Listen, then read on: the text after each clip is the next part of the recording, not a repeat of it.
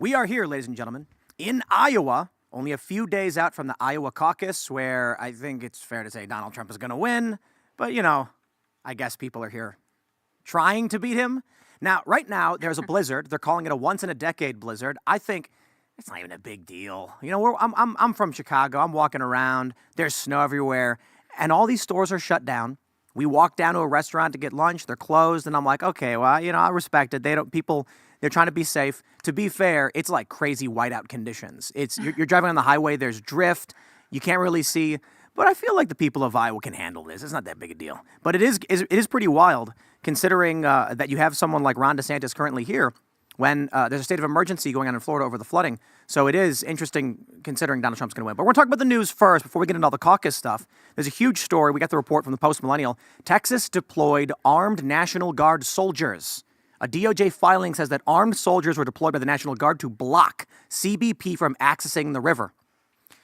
This is worrisome because we have talked about that quite a bit on the show. What happens when Texas deploys its own, this is National Guard, this is military forces, against federal officers, federal agents, to prevent them from facilitating their human smuggling and illegal immigration operation? It's getting serious. We'll talk about that. We've got other big news. Tucker Carlson tweeted out, American journalist Gonzalo Lira, who was captured, arrested in Ukraine for reporting, is reportedly dead. And this is killed because of this is shocking actions by the Ukrainians. An American citizen died in their custody. So we'll talk about that. And of course, we've got this really great anti-endorsement from Rand Paul. He made a meme, Netflix presents Hillary, and it's a picture of Nikki Haley, and he launches Never Nikki. So we'll talk about what's going on with all of that. The blizzard and the caucus is going to be on Monday. Everyone's really, really excited. Before we get started, my friends, head over to twitter.com/based records. That's BASTE records, like basting a turkey. But they are based. These are counterculture musicians. They produce awesome work. Of course, you've heard of 5 Times August. You know Chad Prather and High Res. They're doing amazing work producing music. And they've helped bring this show together. Sponsoring Timcast IRL here in Iowa at the caucus would not be possible without them. So again, go to Twitter, follow at Based Records, BASTE Records. And you can also go to basedrecords.com, check out their music, shout outs, click the link in the description below. Also, head over to timcast.com, click Join Us. No members only show tonight. It's a Friday, so we're going to be hanging out and having a good time. But I think we'll be trapped here because of the blizzard. But we'll figure it out. Become a member to support the work that we do. Coming to Iowa to do this special show and this caucus event, we're having a live event with 50 or so seats, semi-town hall style, rotating guests. It is going to be an hour longer than usual, and there won't be a members only uncensored because we want to give more people a chance to come in, talk about how the caucus went, and so we'll have some rotating guests. But my friends, it is difficult to do these things. It's very, very expensive to be able to fly out for these primaries. We're planning another in March. We're planning a show in June. With your support as members at timcast.com, we can do more events like this where we can even bring you guys in and you can hang out and ask questions. So again, timcast.com, click Join Us, become a member. Smash that like button, subscribe to this channel, share the show with your friends. Joining us tonight to talk about this and so much more is Laura Loomer. Thanks for having me. It's great to be here with you in this blizzard. If you made it. Speak up closer to the mic, please. It's great to be here in Iowa. We made it through the blizzard. And your car got stuck. Yes, the car got stuck twice today, but thank God there's 2 genders because pushing vehicles and shoveling snow is for men. And they did I'm a that. woman.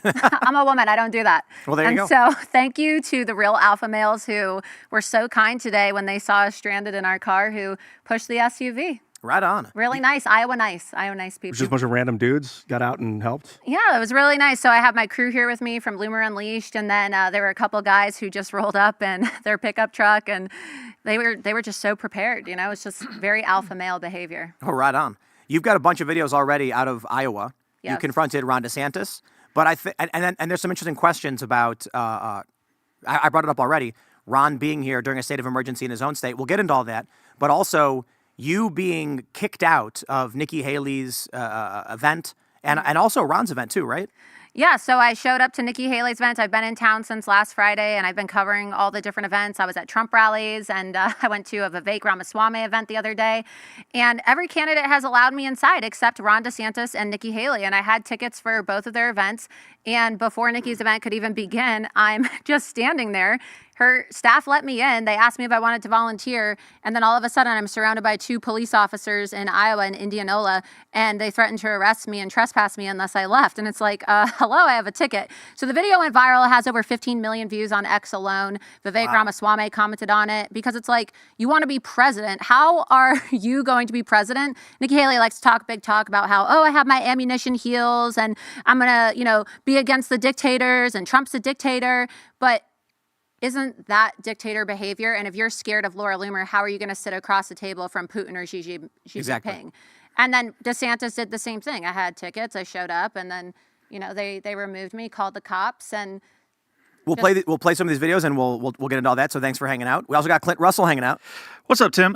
Clint Russell, host of Liberty Lockdown, co-host of Tower Gang. Don't subscribe to that. And most importantly, co-host of The Best Political Show with Luke Rutkowski. We had Cernovich on today, went deep dive in the psychedelic realm. It was very interesting. It's a pleasure to be here.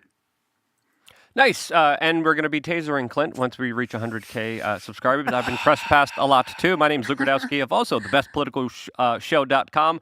And fun fact, most people are actually filled with 72% seed oils. I'm filled with protein, freedom, caffeine, indignation, sovereignty, and Riz. And if you are too, get the shirt on thebestpoliticalshirts.com. Thank you again so much for having me. This should be a blast. Ian Crossland in the house. And definitely subscribe to Tower Gang all across all platforms. Do Those it now. guys are awesome. Love the show. Thanks, Ian. Laura, great to see you. If you need to move that mic around anyway, turn it so you don't have to move for it and just go for it. Yeah, before we do it, because I saw Luke staring when I wasn't speaking into it right. Is it good? Should I just lean down? Try to get a decent make it high. Maybe we can get somebody over here to help. You move it higher. Yeah. Also, Serge is pressing the buttons. I don't know if he has a microphone over there. Hey, He does. He doesn't. He's shaking his head as no. But he's here. But what he wants to tell you is, I love you, everyone. Got you, Serge. All right, let's jump into this first story. This story is wild. Texas National Guard deploys armed soldiers to block Biden's Border Patrol access to the river in Eagle Pass. Governor Abbott is not harming Border Patrol operations. He is enhancing them. That's what they say. On Thursday night, the Texas National Guard took control of Shelby Park in the city of Eagle Pass, Texas, which has been at the center of President Joe Biden's illegal immigrant crisis at the U.S. southern border. According to the Dallas Morning News, the state government has seized control of the area, and the Texas National Guard has set up razor wire and fences to block off the park. A filing from Biden's Department of Justice reveals the Texas National Guard has blocked points of entry and has deployed armed soldiers and vehicles to block Border Patrol agents from access to the river by bypassing through entry points in the federal border barrier. Eagle Pass Mayor Rolando Salinas told reporters that the decision was made as part of the Republican Governor Greg Abbott's emergency declaration and was not something the city had requested. He added that as a result, the Border Patrol was not operating in the area. Okay, so this is exactly what I said I was worried about weeks ago. When we're looking at the Biden administration, CBP facilitating illegal immigration into this country, when you have videos of it's the construction equipment lifting up the razor wire that was placed there by the state to protect the state, you've got the federal government facilitating crimes and unconstitutional it's unconstitutional for them not to defend the states from invasion, but they're actually facilitating the illegal immigration outright. And then when Greg Abbott says this is illegal, the DOJ sues them. My fear was exactly this, and what comes next terrifies me. What happens when the Texas National Guard is deployed with rifles, with weapons, to defend the state and uphold its laws, and the Biden administration federal agents say, you're the ones committing the crimes. Both groups point at each other saying, you're committing crimes. For now, I'm hoping what happens, Border Patrol leaves. They just leave. They can file their lawsuits, and that's the end of it. But my fear is that we get to the point where Texas National Guard is ordered, secure this area, do not let people pass. Plainclothes federal agent with a gun walks up and says, lower your weapon. This is a federal border jurisdiction. The state says, back the F off, don't move. And things escalate from there. I think because it's a situation where everyone on both sides are trying to preserve life. You've got the federal government saying these poor immigrants, we need to preserve their lives, whereas the Texas government saying we need to preserve the lives of our citizens. That the law enforcement's not going to turn on. They both want to de-escalate and make this as peaceful as possible. I got to stop you right there, and we'll do a fact check. The Biden administration, I believe, although it is an opinion statement, I'll respect that. I will. But I do think it is fair to say the Biden administration is not trying to save lives. Yeah. People coming on this journey die. Young women are horribly raped in huge numbers, and crossing the river is dangerous. They die. Children are getting trafficked and raped. They're finding 5-year-old girls with 10 samples of semen inside of them. I mean, it's terrible. That's not really a pro-life position to take. And they're dying in the desert. Yeah. So if the Biden administration actually said we're going to protect these people, he would go to the Mexican government saying we're securing our borders, we're locking it down, and you need to stop these people before they cross into this dangerous territory. That's the argument I would make personally. I don't think that they're helping by letting them, urging them to come across the border, but I think the state of mind that they have is toxic compassion. We can help everyone come. I think that's an excessively optimistic perspective on what the Biden administration is there for. If you look at the EU policy, if you look at the American policy over the past 20, 30 years, but really aggressively so as of late, it seems quite clear to me that this is actually a plan to flood the country with immigrants. And as a libertarian, I'm rarely am I considered a border hawk, but when you actually look at it and you see that this is like an operation that's being ran on high, I think that it would be foolish to look the other way and say, "Oh no, they're just the people looking for opportunity." If it were the case, as it was historically, that if you were an immigrant that got across the border and the only thing offered to you was perhaps a low-level job and you had to grind your way to the top, that's a totally different incentive structure than what we face today, where these people are offered clothes and food and housing and everything that they could possibly need, and sex changes and healthcare and healthcare. I mean, the list goes on and on. I don't think that this is an accident, and I don't think it has anything to do with sympathy for. I would also, I was just going to say, I don't think that we can overlook the fact that this is being done in an election year as well, because what's happening is you're having an invasion. Okay, they're trying to replace the population. The Great Replacement is not some conspiracy theory like the left-wing media wants it to be. They say that it's some kind of white supremacist conspiracy theory, and as we know, it's very real. We are being replaced in this country by third world invaders, criminal, illegal, alien invaders. And unfortunately, what's happening is when these illegals are coming to places like Texas, you have governors like Governor Abbott who are then putting them on buses. And I had, one of my followers on X sent me a video that they filmed of a bus of these illegals with Texas plates getting dropped off at a train station just outside of Chicago. Why does that matter? Well, people may think, oh, it's all fun and games, ha ha ha, give these Democrats a taste of their own medicine by shipping them to sanctuary cities. But these are cities where they give illegals driver's licenses. And so these people are going to have IDs, and what's going to stop them, not that we really have voter ID in this country anyway, but what's going to stop these people from voting in our election? But that's not the issue. I'm not concerned in the immediate with the idea that an illegal immigrant votes. The issue is simply by being here, it gives Democrats more congressional seats and more electoral votes. So but that has to do with the elections. But so it's. That's my point, is that they're doing it on purpose. And we saw the Democrat from New York, I don't know her name, who said that she's in favor of this because it's going to, create more of these districts. There's that school in, I think it was in New York, where they said all the students have to stay home and do remote learning because they're bringing the illegal immigrants into that school. Someone posted the political map of the area and found that this area of the city or this area of New York voted Republican and the surrounding area is Democrat. So sure enough, the area targeted where they're shipping in a bunch of these migrants is a red area. But what happens with illegal immigrants in the immediate? It is true that when these people come in, and then I'm willing to bet that Joe Biden rubber stamps some kind of amnesty executive order unconstitutionally and then makes everyone fight about it in the Supreme Court for years. But when he does that, you may actually then see a quick turnaround illegal immigrants voting.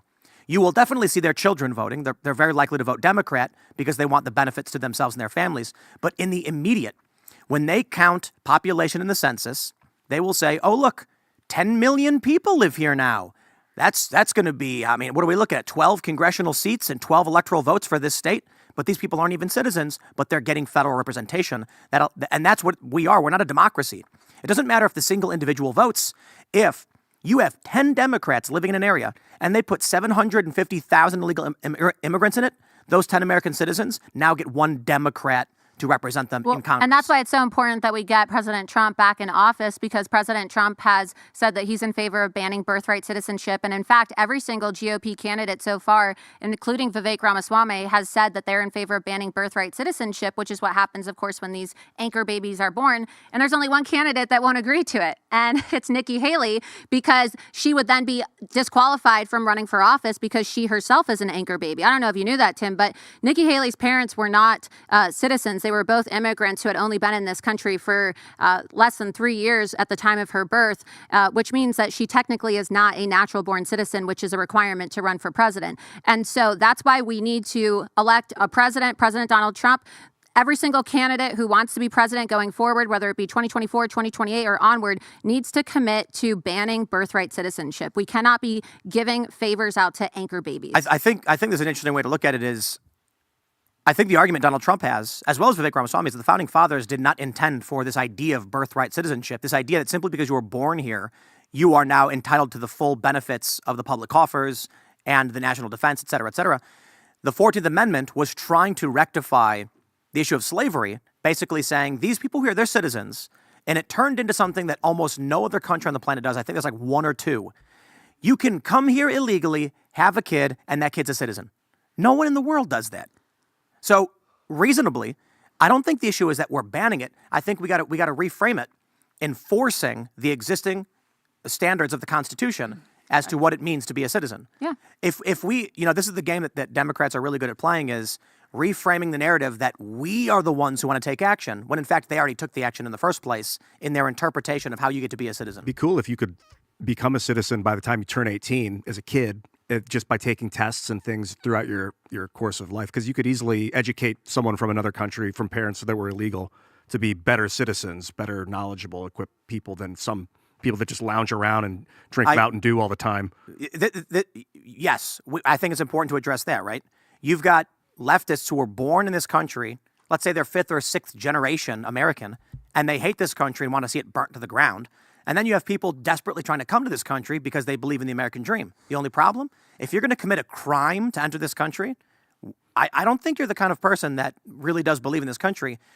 Breaking the law to come here is the kind of, it's, if someone comes and knocks on your door and says, I'd like to apply to be a roommate in this building, I think it's a really great house and I can pay my rent, you say, okay, I believe you. If someone breaks into your house, you're like, I don't trust this person actually cares about what's going on here. I think we're past the time, though, of the discussion about whether it's legal or illegal. I think we need a full immigration moratorium. We are at full capacity here in this country right now, and I don't think that, given record high inflation, the disaster known as Bidenomics, our wide open border, we don't need anyone else coming into this country. This is what I advocated and I ran on as a candidate for Congress when I ran in Florida as well. I think that we need a 10-year minimum, probably a 20-year minimum, really, if we're being honest, when we look at the actual number of illegals in this country, immigration moratorium. I think we need to halt immigration altogether. I'm gonna have to counter that, Laura, and say we actually need the inversion and we need to mass deport. I'm kidding. I'm in favor of both. I want mass deportations and an immigration moratorium. Well, we're already dealing with a population decline. If you were to do that, I think that you'd have to address the fiscal concerns. And just from a purely pragmatic assessment, I agree with you that we can't afford all of these people. We certainly have room, not in the cities, but there's room in this country. It's not like we have nothing but cities everywhere. The real issue is that from the year 2000, the national debt had just broken $5 trillion. As of today, it sits at $34 trillion. That's over 6 times multiplier in less than 25 years. If you look at the interest on the national debt, it will be about 150% this year of what we spend on our national defense. Our national defense is comparable to the 10 biggest countries in the world combined. I mean, we're talking enormous sums of money. So if we're not going to get our financial house in order, then we absolutely have to keep the influx of migrants. But that's one way that we can get our financial house in order. I mean, just Luke mentioned this earlier, right? They're giving sex changes now and healthcare to illegal aliens. The price tag to provide free healthcare and just free healthcare to illegal aliens, not to mention the cost of illegal immigration and this invasion in our country as it stands, right? So if we want to start reducing our debt and also start being more fiscally responsible and fiscally conservative, then that's exactly what we need. We need to militarize the United States border, as you were referencing in the beginning of the show. We need mass deportations and we need an immigration moratorium. I mean, it's a slap in the face to all Americans who there was a point in time I was paying over $500 a month for healthcare. And so you get to come across this country? That's Why not cheap. just renounce your United States citizenship and cross over from Mexico illegally and then get a free cell phone and new clothes and free healthcare and a sex change? Why not? Let me pull up this tweet we have. This is a story away from Libs of TikTok. Breaking. Chicago O'Hare Airport is shutting down and moving their whole hotel shuttle pickup area so it can house illegals. They're also restricting media access and threaten that media cannot enter the facility. O'Hare has been using the shuttle area to house illegals for months, and now there are too many. Why are they trying to hide this? There's a sign at Chicago's O'Hare that reads hotel and off-airport shuttles starting February 1st. All hotel and off-airport parking shuttles pick up in the lower level arrival lanes of Terminal 2. The pickup sites is a short walk from baggage. You then have this ORD bus shuttle center media policy, of course, saying, contact media relations. But there have been illegal immigrants on mattresses on the floor in O'Hare Airport. And it's not just the airport. There's huge concerns in Chicago because they had plans to build camps. It's funny because, Whoopi Goldberg says Donald Trump's going to put people in camps. What do you think they're already doing in Democrat-run Chicago? Now, this plan to build a camp was postponed and delayed, so what are they doing? Sending them to schools. Yeah, look, if you want to make an argument about how we handle legal immigration, I am all for legal immigration, but it has to be done legally, and there has to be a process by which we determine how many people can actually come into this country. Maybe, as Laura says, the answer is, for now, it's not any, and maybe the answer is it's very few, or maybe actually, if it's done legally, there is an appropriate number. For the time being, what we're seeing is the economy in these cities is at serious risk.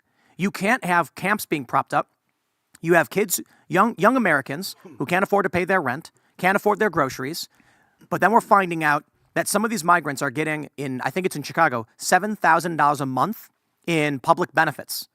One illegal immigrant who was brought here, the Biden administration facilitates this with human traffickers and smugglers, puts them on transportation, brings them to these places around the country. He's been doing it for years now. And then the taxpayer funds to the tune of $84,000 a year per person. And young people aren't even making that much money. What would a moratorium look like, immigration moratorium? Because we've got people that live here that are getting their green card. They've been in the process for 3 years. They're waiting. And in 9 months, they're going to finally get their citizenship. I'm not in office, so I guess that it would have to be whoever, let's just say President Trump gets back into office, perhaps there would be some type of system in place to, keep the people who had already legally begun their process, who are in the process, and then it just begins. So it's not necessarily retroactive. Of course, if you're here illegally, we would have mass deportations, but I think going forward, there definitely needs to be a halt, right? A halt on visas. And it's a national security threat as well, not just an issue of replacement. We saw this recently with all of these anti-Israel and pro-Hamas protests in America. These people are openly supporting terrorist organizations, and they're shouting death to America, death to Jews, death to Christians. And then you have illegal aliens. These are not just Mexicans and Guatemalans, right? These are people coming from the Middle East, coming from Africa, okay? And they're sleeping inside our airports. What happens if you have some lazy, low IQ TSA agent that falls asleep or isn't paying attention or is texting, and one of these jihadists who comes across our border illegally or somehow gets shipped to the airport by the Biden administration, makes it into the airport and sets off a bomb in one of the largest airports in our country? That's my absolute biggest fear. Biggest fear. Honestly, that's my biggest fear, is that one of these days, one of these illegals is going to set off a bomb in, Grand Central Station or one of the airports. That's my biggest fear. Mine is that groups of them are going to actively be planning something. We're at war right now. This country's at war. And whether you want to, Congress didn't declare it, I don't care. We're at war. That's the truth of it. In the Ukraine, in Israel, we're backing that. In Yemen. Bombed Yemen yesterday. Jeez. Okay, so we're at war. You close your borders when you go to war. Yeah. You don't because the enemies will send their people in they look like citizens, and they go to the cities, and 9 of them will be on a Facebook group okay, on this day. They're already here. Okay. You saw the memo. I released this. I broke this story several months ago, and then Daily Caller received the official memo and published it. I'm sure you could pull it up. But they've already confirmed, just weeks after October 7th, that you have active Hamas and Hezbollah terror cells in major American cities, like Atlanta, like Chicago, like Washington, D.C., New York City. And we saw them. We saw them taking photos of themselves in Times Square holding the Hamas flag. So we already know that these people are here. They're just waiting. I look at it from a totally different angle, in that we've had the war on terror, we've had increased powers for the FBI, the surveillance state, everything else, and we've had open borders for the past 20 plus years. And we still have had no real serious domestic terrorism threats. I mean, very, very minimal. So I think that it has always been overstated that the rest of the world is prepared to blow themselves up to cause us harm. If we were to actually treat them with any level of civility and respect, I don't think we would have anything to fear. And those that were coming across our borders, we could actually streamline it, make it legal, and focus on bringing in people that intend to be productive as opposed to those that are looking for handouts. These are very simple answers to the problems that we face, and yet we continue to just pretend as if you're going to have Trump get in there and remedy all this. It's like the powers that be have already demonstrated that they will undermine him every step of the way, unless he's going to come in there. And he was asked a few days ago, is he interested in retribution? And he said, I don't have enough time for retribution. If you don't have time for retribution, you're not going to fix anything. You have to prosecute Fauci. You have to. It's not an option. He damaged the entire planet with his funding of that. Well, yeah, personally, I also just wanted to add that I'm also more afraid of all the illegals that the CIA brings in. As of course, in 2001, there was even a State Department official whistleblower that came out on the record and said, "Hey, these guys that were the 9/11 hijackers, they were denied visas at first until the CIA intervened and got them into the United States because of their deliberate interference and them stopping government agents from stopping the actual bad guys from coming in." So I think they want the bad guys to come in. I think they want I agree. this kind of terrorism, as the FBI is warning people, saying, hey, you guys should watch out, as we're watching for Trump supporters and people who go to parent-teacher school conferences. I completely agree with you, and I think that they want it because they want to blame Trump supporters, right? Like you just said, they want to make it seem like the biggest threat in this country is the white Christian male or, the white Trump supporter, when in reality, the deep state and all of these federal law enforcement agencies, they benefit every single time there's a terrorist attack, like an actual terrorist attack, right? Because they get to expand the surveillance state. They get to push for gun control. And as we've seen, they have some of these jihadist terrorists on their payroll. Look at the case of Omar Mateen in Orlando, Florida, the Pulse nightclub shooter. We found out after the fact that he was not only being monitored by the FBI, but his father was literally an FBI informant. And then he was given front row seats at Hillary Clinton's rally when she was campaigning for president. Wow. So Luke's 100% spot on. They are training, they are propping up these and people, it doesn't even paying have them to attack us. It doesn't even have to be a real terrorist attack. They can just make it seem as if there's one, and they can still roll out and increase the surveillance state and the funding for the FBI, which, by the way, if Trump, once again, I'm sorry, I got to circle back to this. If Trump isn't interested in retribution, he is once again going to be undermined. If you're not interested in retribution against the FBI, which attempted to coup you, what more do they have to do? I didn't hear that clip, but I do know that there's multiple, clips from President Trump's rallies where he says, "I am your retribution." And I know for a fact from my own conversations with President Trump as well that he 100%, he says it publicly. So it's not like I'm saying anything private. He says, "I am your retribution." So right. I would push back on that a little bit because I don't necessarily agree with you. Maybe, there was some context missing, or perhaps he was making a sarcastic statement. At the town hall, he specifically said, we're not going to have time for retribution because we're going to make this country so successful. And don't forget, our retribution is our success. Right. I'm paraphrasing, but that was the gist of what he said. Yeah. I think they're attempting to frame him as some sort of fascist dictator. So he's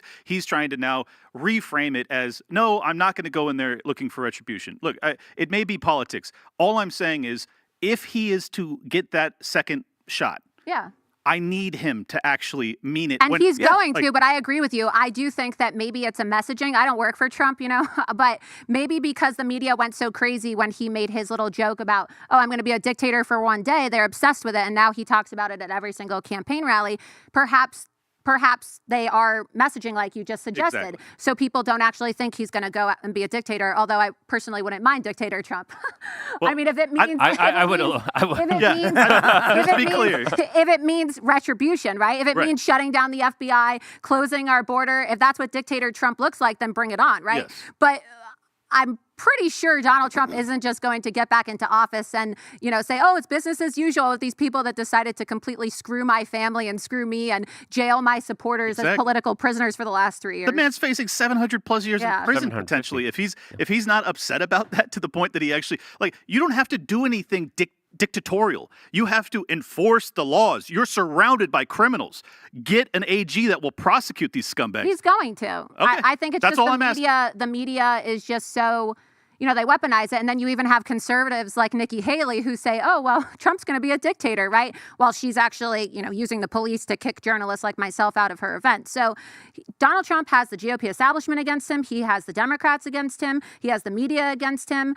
And, it'd be great if it's not that his campaign doesn't do good messaging, but look, President Trump has to spend hours every single day sitting in a courtroom. Okay. He has to spend hours traveling, right? He had a town hall in Iowa the other night. And then imagine how exhausted he must be flying from Iowa in a snowstorm to New York City, sitting in a courtroom with that corrupt judge, Arthur Engoron and Letitia James all day, and then flying back to wherever he flew next. And then he's coming to Iowa again. It's just, yeah, I think he's doing the best he can. No, he's going nonstop. And just really quick, the whistleblower I mentioned was Michael Springman at the Jeddah consulate. Look into his story because it really does reveal a lot of the government agents working within the federal bureaucracy that want bad people to come in and do really horrible things to the American people. So they did it before. They were never held accountable for it. They're going to probably do it again. Let's talk about what's going on up here in this caucus. We have this tweet from Rand Paul. It's a meme made by Being Libertarian. And, ladies and gentlemen, is one of the best memes I've ever seen. It says, Netflix presents Hillary, and it's a picture of Nikki Haley, and it is masterfully done. Rand Paul, of course, released an anti-endorsement with nevernikki.net, where he's basically given his message. So far, there's no heavy endorsement, but he's just saying, at least not Nikki Haley. I think this meme perfectly encapsulates wokeness, Netflix, the Democrats, and why Nikki Haley is Nikki Hillary. They nailed it. But amazing job. Question, though, do you think that Rand Paul's negative endorsement is going to make more or less people vote for Nikki Haley? Because they say even bad press is good press. I think the most powerful tool we have in the culture war, and even in politics, is mockery. Yeah. And so if you come out, I'll tell you this, you go to the average person, and you say, Nikki Haley lied about what Russia's intentions are in Eastern Europe to expand foreign war and get us to spend money. And I'm telling you, if she's elected, we're going to see war in the Middle East. They're going to go, look, if you go up to the average person and go, yo, look at this Nikki Haley, Hillary, they're going to start laughing their asses off. That mockery reaches the average person because it's the lowest common denominator. It reaches some of them. Because some other people will be like, oh, what do you show me that crap for? And just be turned off by it and be like, don't make fun of, don't be cruel, don't bring cruelty. Sure, some people. But the point is, making a coherent political argument about Nikki Haley's awful foreign policy and who she's aligned with and where she gets her donations from is so over the top esoteric. The average person says, look, I don't know what you're talking about, dude. But if you show a meme that makes fun of Netflix wokeness and how they do these diversity castings, it makes people laugh, and the idea why is she white though? Shouldn't she be black if this is a real? Well, that's the right? point. She's She's the minority the version of Hillary Clinton. But if it was a real Netflix special, Nikki Haley and Hillary wouldn't even be on there, right? It'd be some black woman. Because I was told that the only way you get a Netflix special is if you're minority. A black But woman. that's the point. Nikki Haley is a minority. Maybe I'm just black-pilled, Black but or gay. I feel like I shouldn't have to explain to the American people why they shouldn't support Nikki Haley at this point. Like, if you've been alive for the past 20 years and you've seen what the neocons have done and the neo-progressives or the neoliberals or whatever you want to classify the Clintons as, or Obama for that matter, and you still haven't figured out that everything they've told you has been a lie and it has just destroyed the world, destroyed your financial well-being.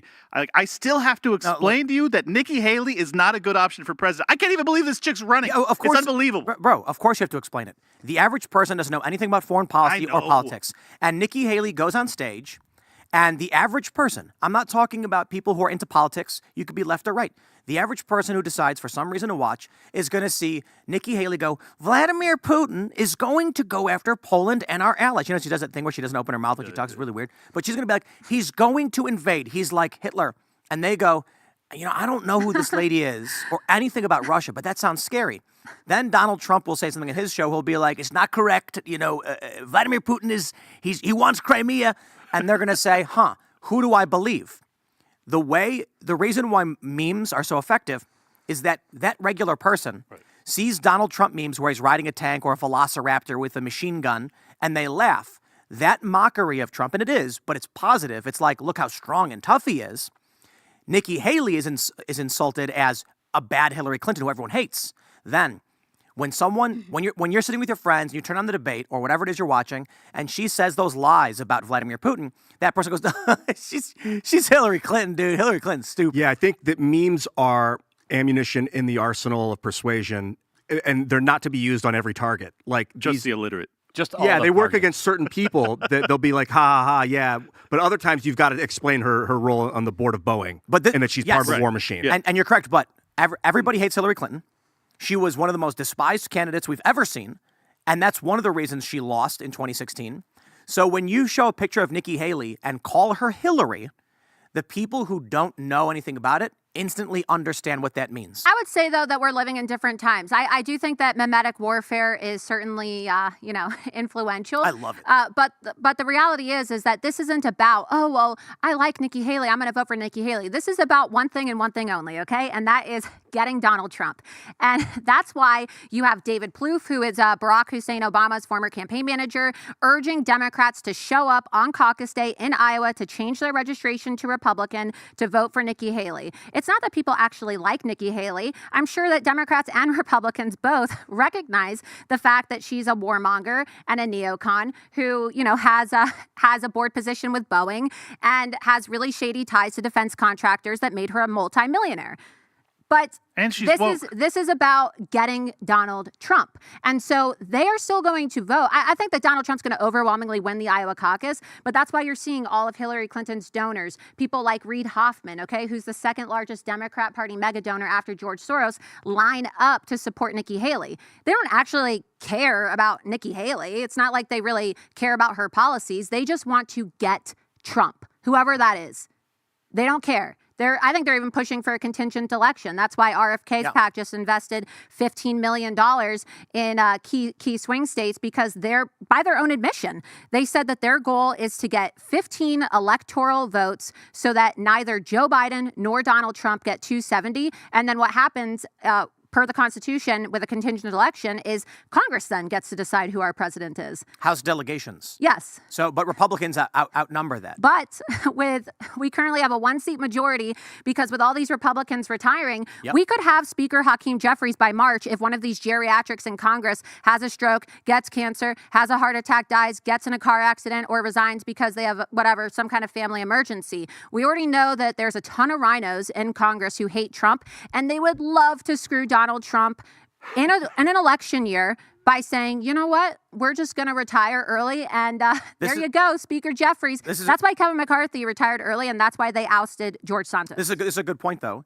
because one play to consider, though I don't know how likely it would be, is if a few of the rhinos in Congress resign, giving Democrats the slim majority by maybe a seat. Gives them the delegations. And not even the delegations, but once they have Congress, they immediately vote to charge Trump with insurrection, or they simply just pass a resolution saying Trump is an insurrectionist. And I truly believe that's their strategy. I think that the rhinos are doing that, and I wouldn't be surprised if by March, and people can record this, and there's going to be a recording. We'll see if I'm right. I think by the end of March, we're going to see another Republican resign, and the Democrats are going to take back control of the House. Well, if that happens, I mean, I'm just curious. You're one of Trump's biggest supporters. I'm his biggest supporter. Okay, his biggest supporter. I apologize. Number one fan. if he is waylaid, if he's robbed, if he's thrown off of enough state ballots that he's, whatever reason, it's illegitimate and he's kept out of office, how is the MAGA base going to react to that? Well, there's going to be a revolution in this country. We are voting for President Trump regardless of whether or not his name's on the ballot. They're not going to steal our elections from us. And this is why everybody should be appalled by these Soros-funded secretaries of states like Jenna Griswold in Colorado or Shayna Bellows in Maine, who are, removing President Trump's name unconstitutionally from the ballot. And that's my point about the contingent election, right? If they are successful, like let's say the Supreme Court rules against President Trump, right? He won't get the electoral votes in those states, and it will set a precedent and allow for other blue states or states with rhino or Democrat secretaries of state to remove him from the ballot under Section 3 of the 14th Amendment. And so you see the possibility become more of reality, right? Of neither candidate getting 270, especially with the way that RFK Jr. is being so heavily funded as an independent.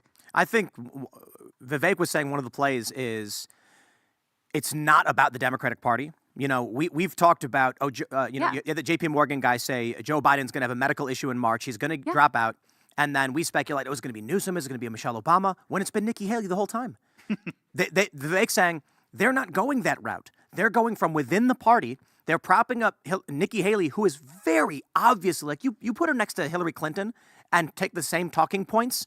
Same thing, Russia, all this foreign policy garbage She even nonsense. keeps hot sauce in her purse. Right. See, there you go.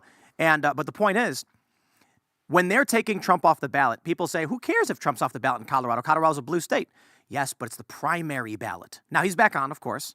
But if California does it, Trump needs to win the California GOP primary. It's not about the general election.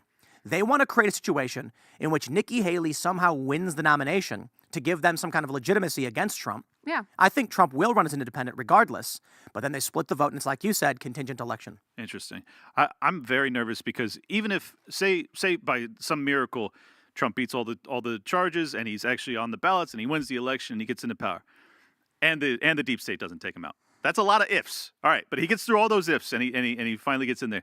I still think we're looking at the potential for a revolution in this country just because I think that the media and the deep state will activate the left in this country in a way that's extraordinarily dangerous. Maybe we need one, honestly. I mean, maybe we need one. No, I don't want to live through that. No, the please. country is a No, revolution. I mean, I'm just saying that our country was born in a revolution. True. And so maybe in order to take our country back, we're going to need a revolution. I'm not calling for a civil war. I'm not inciting violence, but I am saying that, people get so scared with the words, revolution. And, they like to say that Trump supporters are insurrectionists. Weren't our founding fathers, technically speaking, insurrectionists? If Weren't they lost. What? If they lost.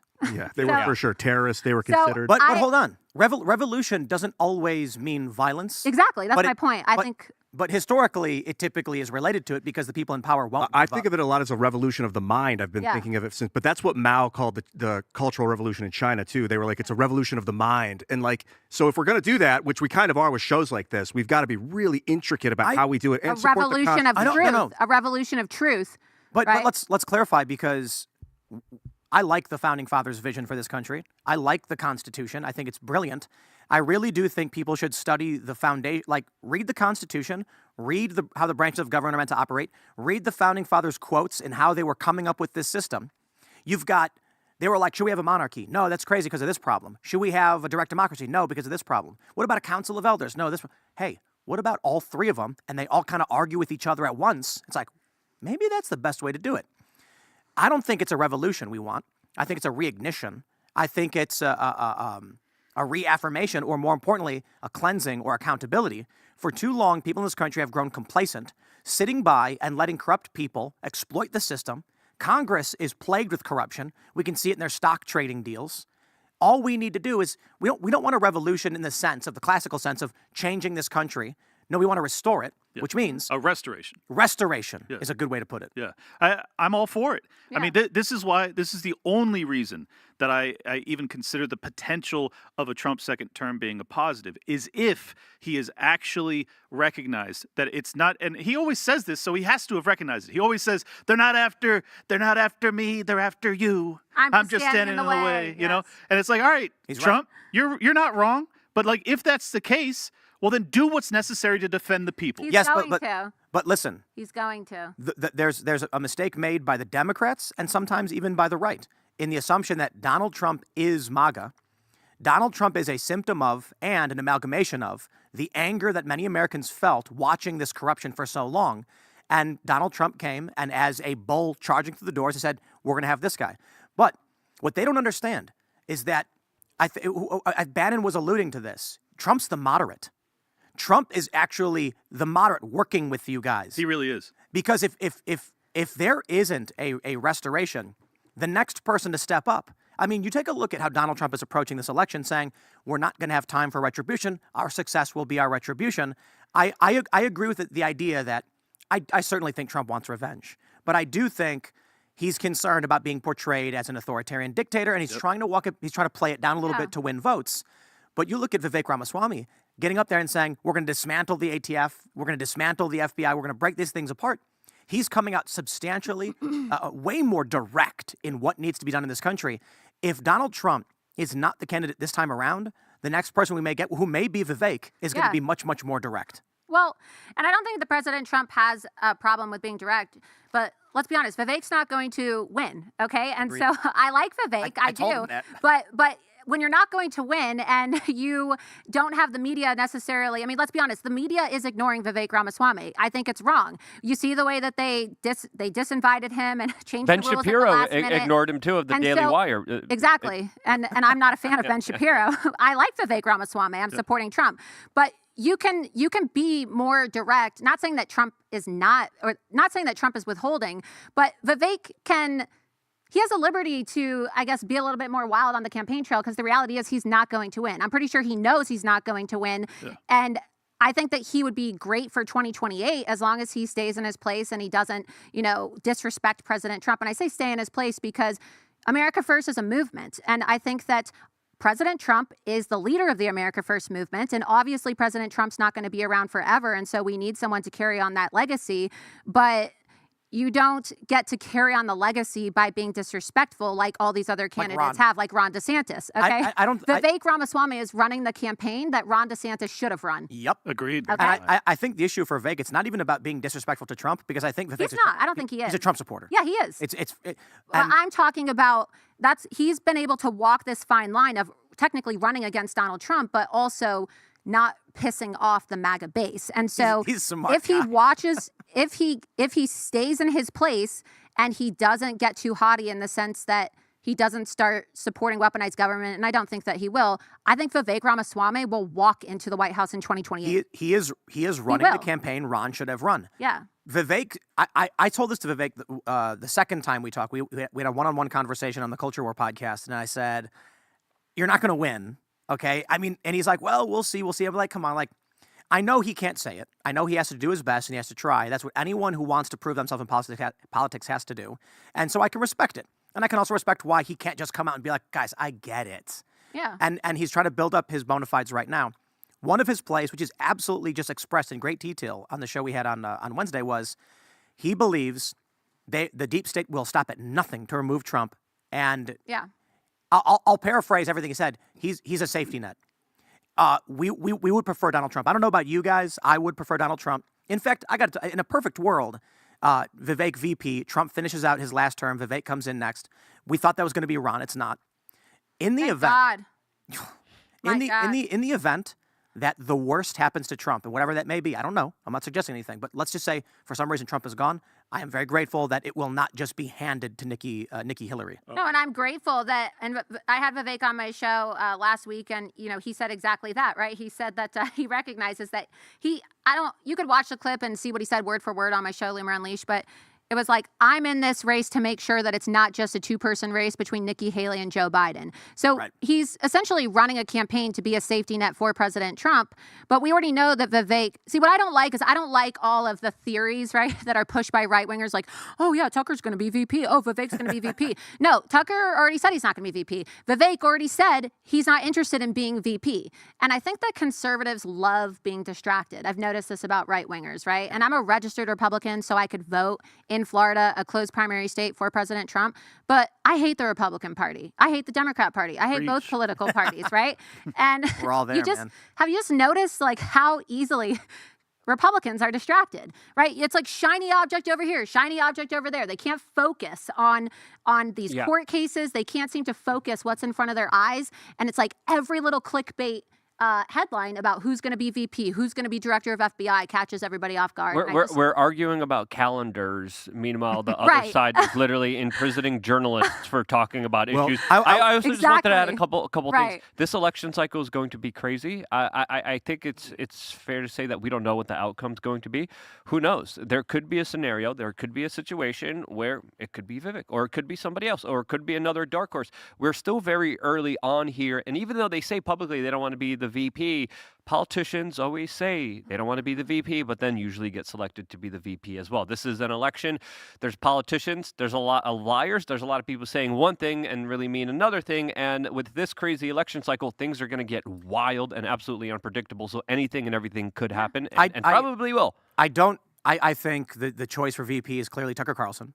We were on the stage with him at TPUSA, and everybody was laughing, being like, Tucker, like, you're the guy. But Tucker's point was just because he's good at media and he's insightful doesn't mean he knows how government operates. And so that doesn't. So You actually think he's going to be VP? no. Oh, I was going to say, no, because the Trump campaign, and I'll say this, I do not work for President Trump, but I'm pretty sure the Trump campaign is starting to get really pissed off with everybody insinuating who's going to be, VP, who's going to be hired for what position. And they've literally issued 3 statements now. And their last statement said that if people keep doing it, they're going to start naming names and in terms of like calling people out because they're tired of, it's a distraction, right? Like this is done intentionally to distract people from the issues at hand. The ballot cases, the weaponization of government, okay, the way that they're trying to undermine our elections by keeping Donald Trump tied up in court. And so unless it comes out of Donald Trump's mouth or an official statement from the campaign, people should stop even talking about who they think is going to be VP. So Tucker's point is he doesn't want to be VP. Yeah. Stop saying it. He said, I Vivek, got to make a couple Vivek points. said the same thing. Right. Tucker is saying, I'm not a government guy. Trump needs a government person. And so there's plenty of other options, and that'll be up to them for them to decide. But I want to pull up this clip you have of Ron DeSantis. We have this tweet from Laura Loomer. He got loomered. Ron DeSantis gets loomered inside his hotel. This is the image that's going viral. It's being memed. Ron DeSantis looking shocked as, of course, Laura Loomer confronts him. But there's a really interesting point brought up in your confrontation, a question that was asked by you and another individual. Ron DeSantis. He looks scared to death already. He really does. And that's Poor why it's been portly memed. guy. Great screenshot. Ron DeSantis issued a state of emergency in Florida after a major storm hit. There's flooding. 2 days ago. 2 days ago. And I didn't know that. I'm here. It's 2 days ago. We are in Iowa right now during what they call a blizzard of the decade, a once-in-a-decade blizzard. The businesses didn't open today. We went to, Starbucks was closed. We were able to get some coffee. Unfortunately, we didn't have any Casper here with us. But we tried going to a Thai food restaurant, closed. Next door pizza shop, closed.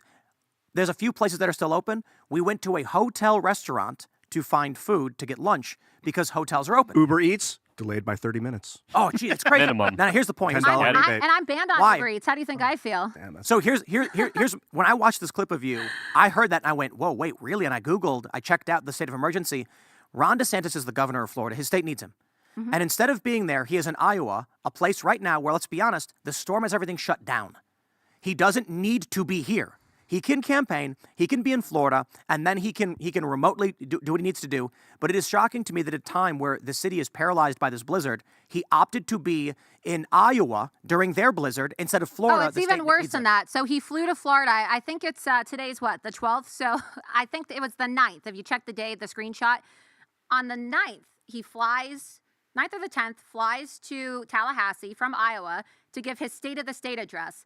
Stays for a couple hours, declares a state of emergency while he's there, and then immediately gets on a plane back to Iowa. So you fly to give a state of the state, and he's getting booed by legislators and lawmakers who are there in attendance because the town of Tallahassee had been affected by the storms, okay? 49 out of 67 of Florida's counties were affected by the storms and the tornadoes. And Ron DeSantis is polling at 14% in Iowa, 5% in New Hampshire. They stopped all ad spending in New Hampshire. And it's like, come on. You wasted $300 million of everyone's money fucking around, pretending like you're going to be president of the United States. You're an absentee governor.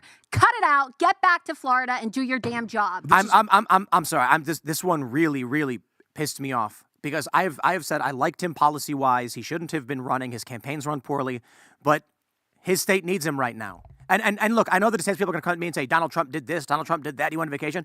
Fine, by all means. Like, criticizing any other of these politicians, I will say yes to you.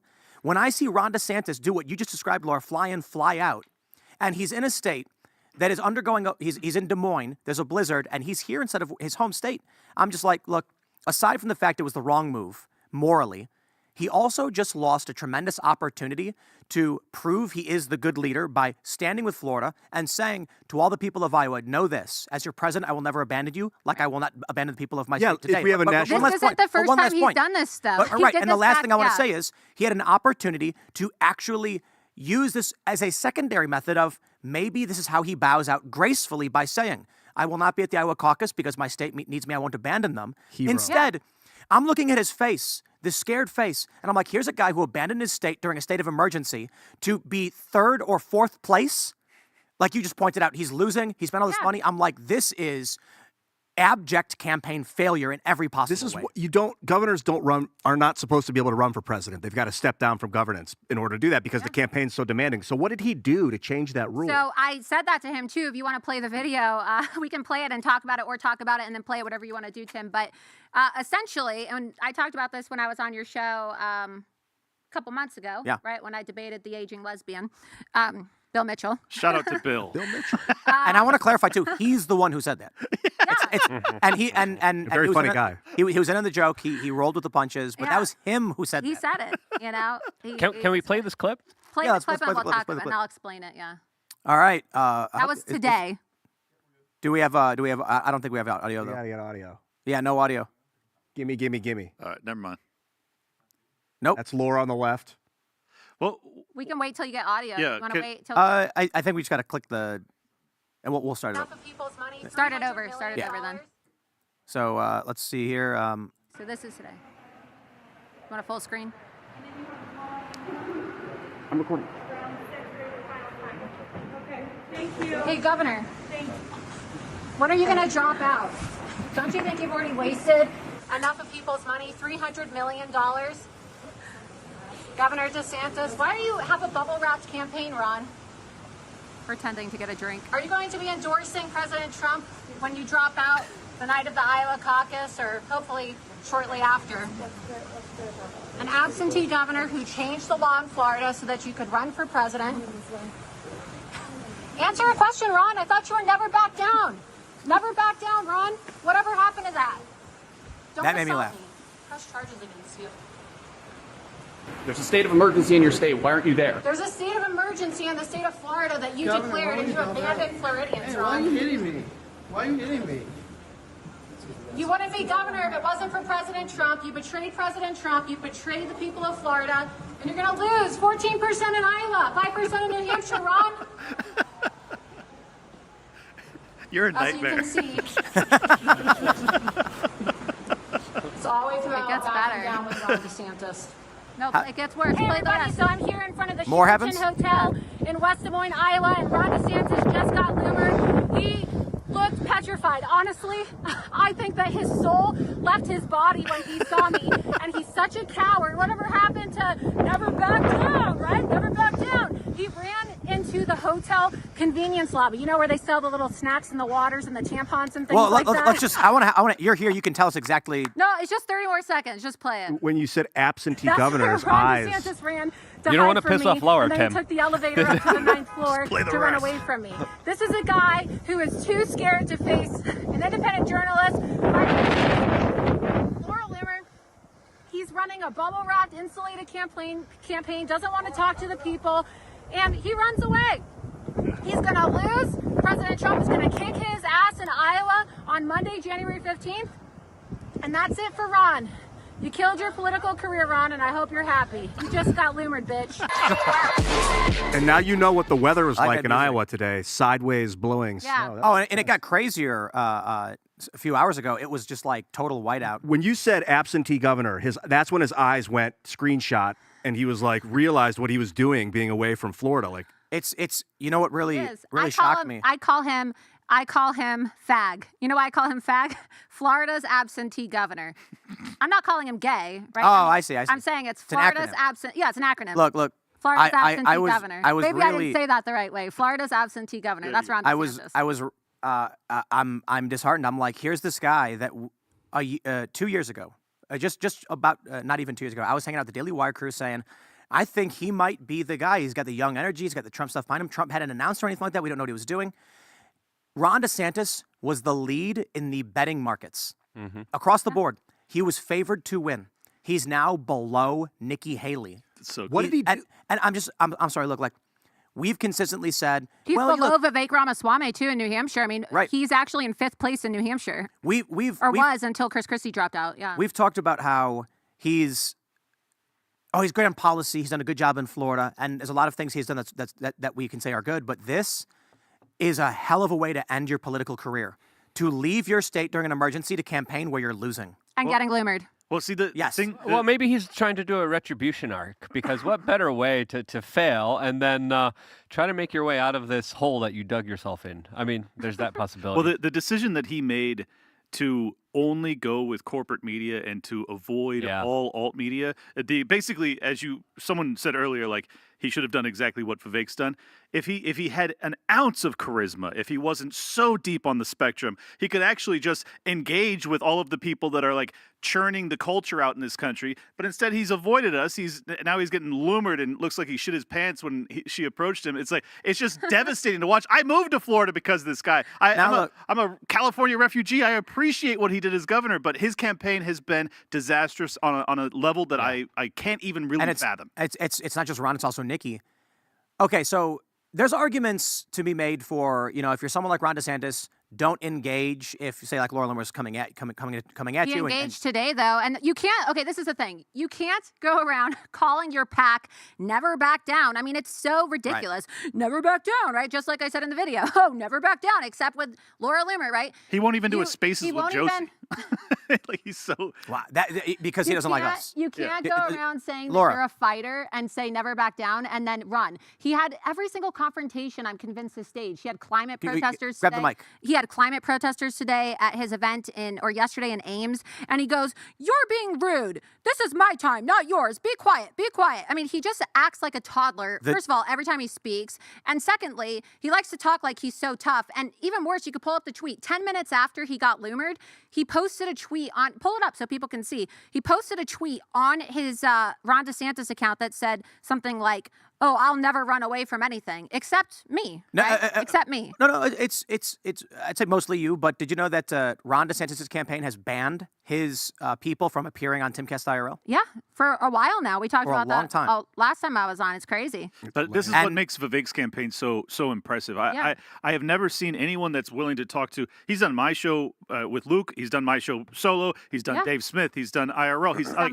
Ron has. Loomer. On my show. He's done Vivek. everybody. Oh, right. No. I would say Vivek. He will talk to anybody, and it's totally unscripted. He will take all comers, people that are detractors, people that don't like him. He is like it's just purely through He's the inviting fire. protesters outside who are protesting his event to come inside He's and like, start "Let's a dialogue go." with Well, him. it So shouts out to individuals like that who are willing to face criticism, who are willing to face controversy and have hard, difficult conversations.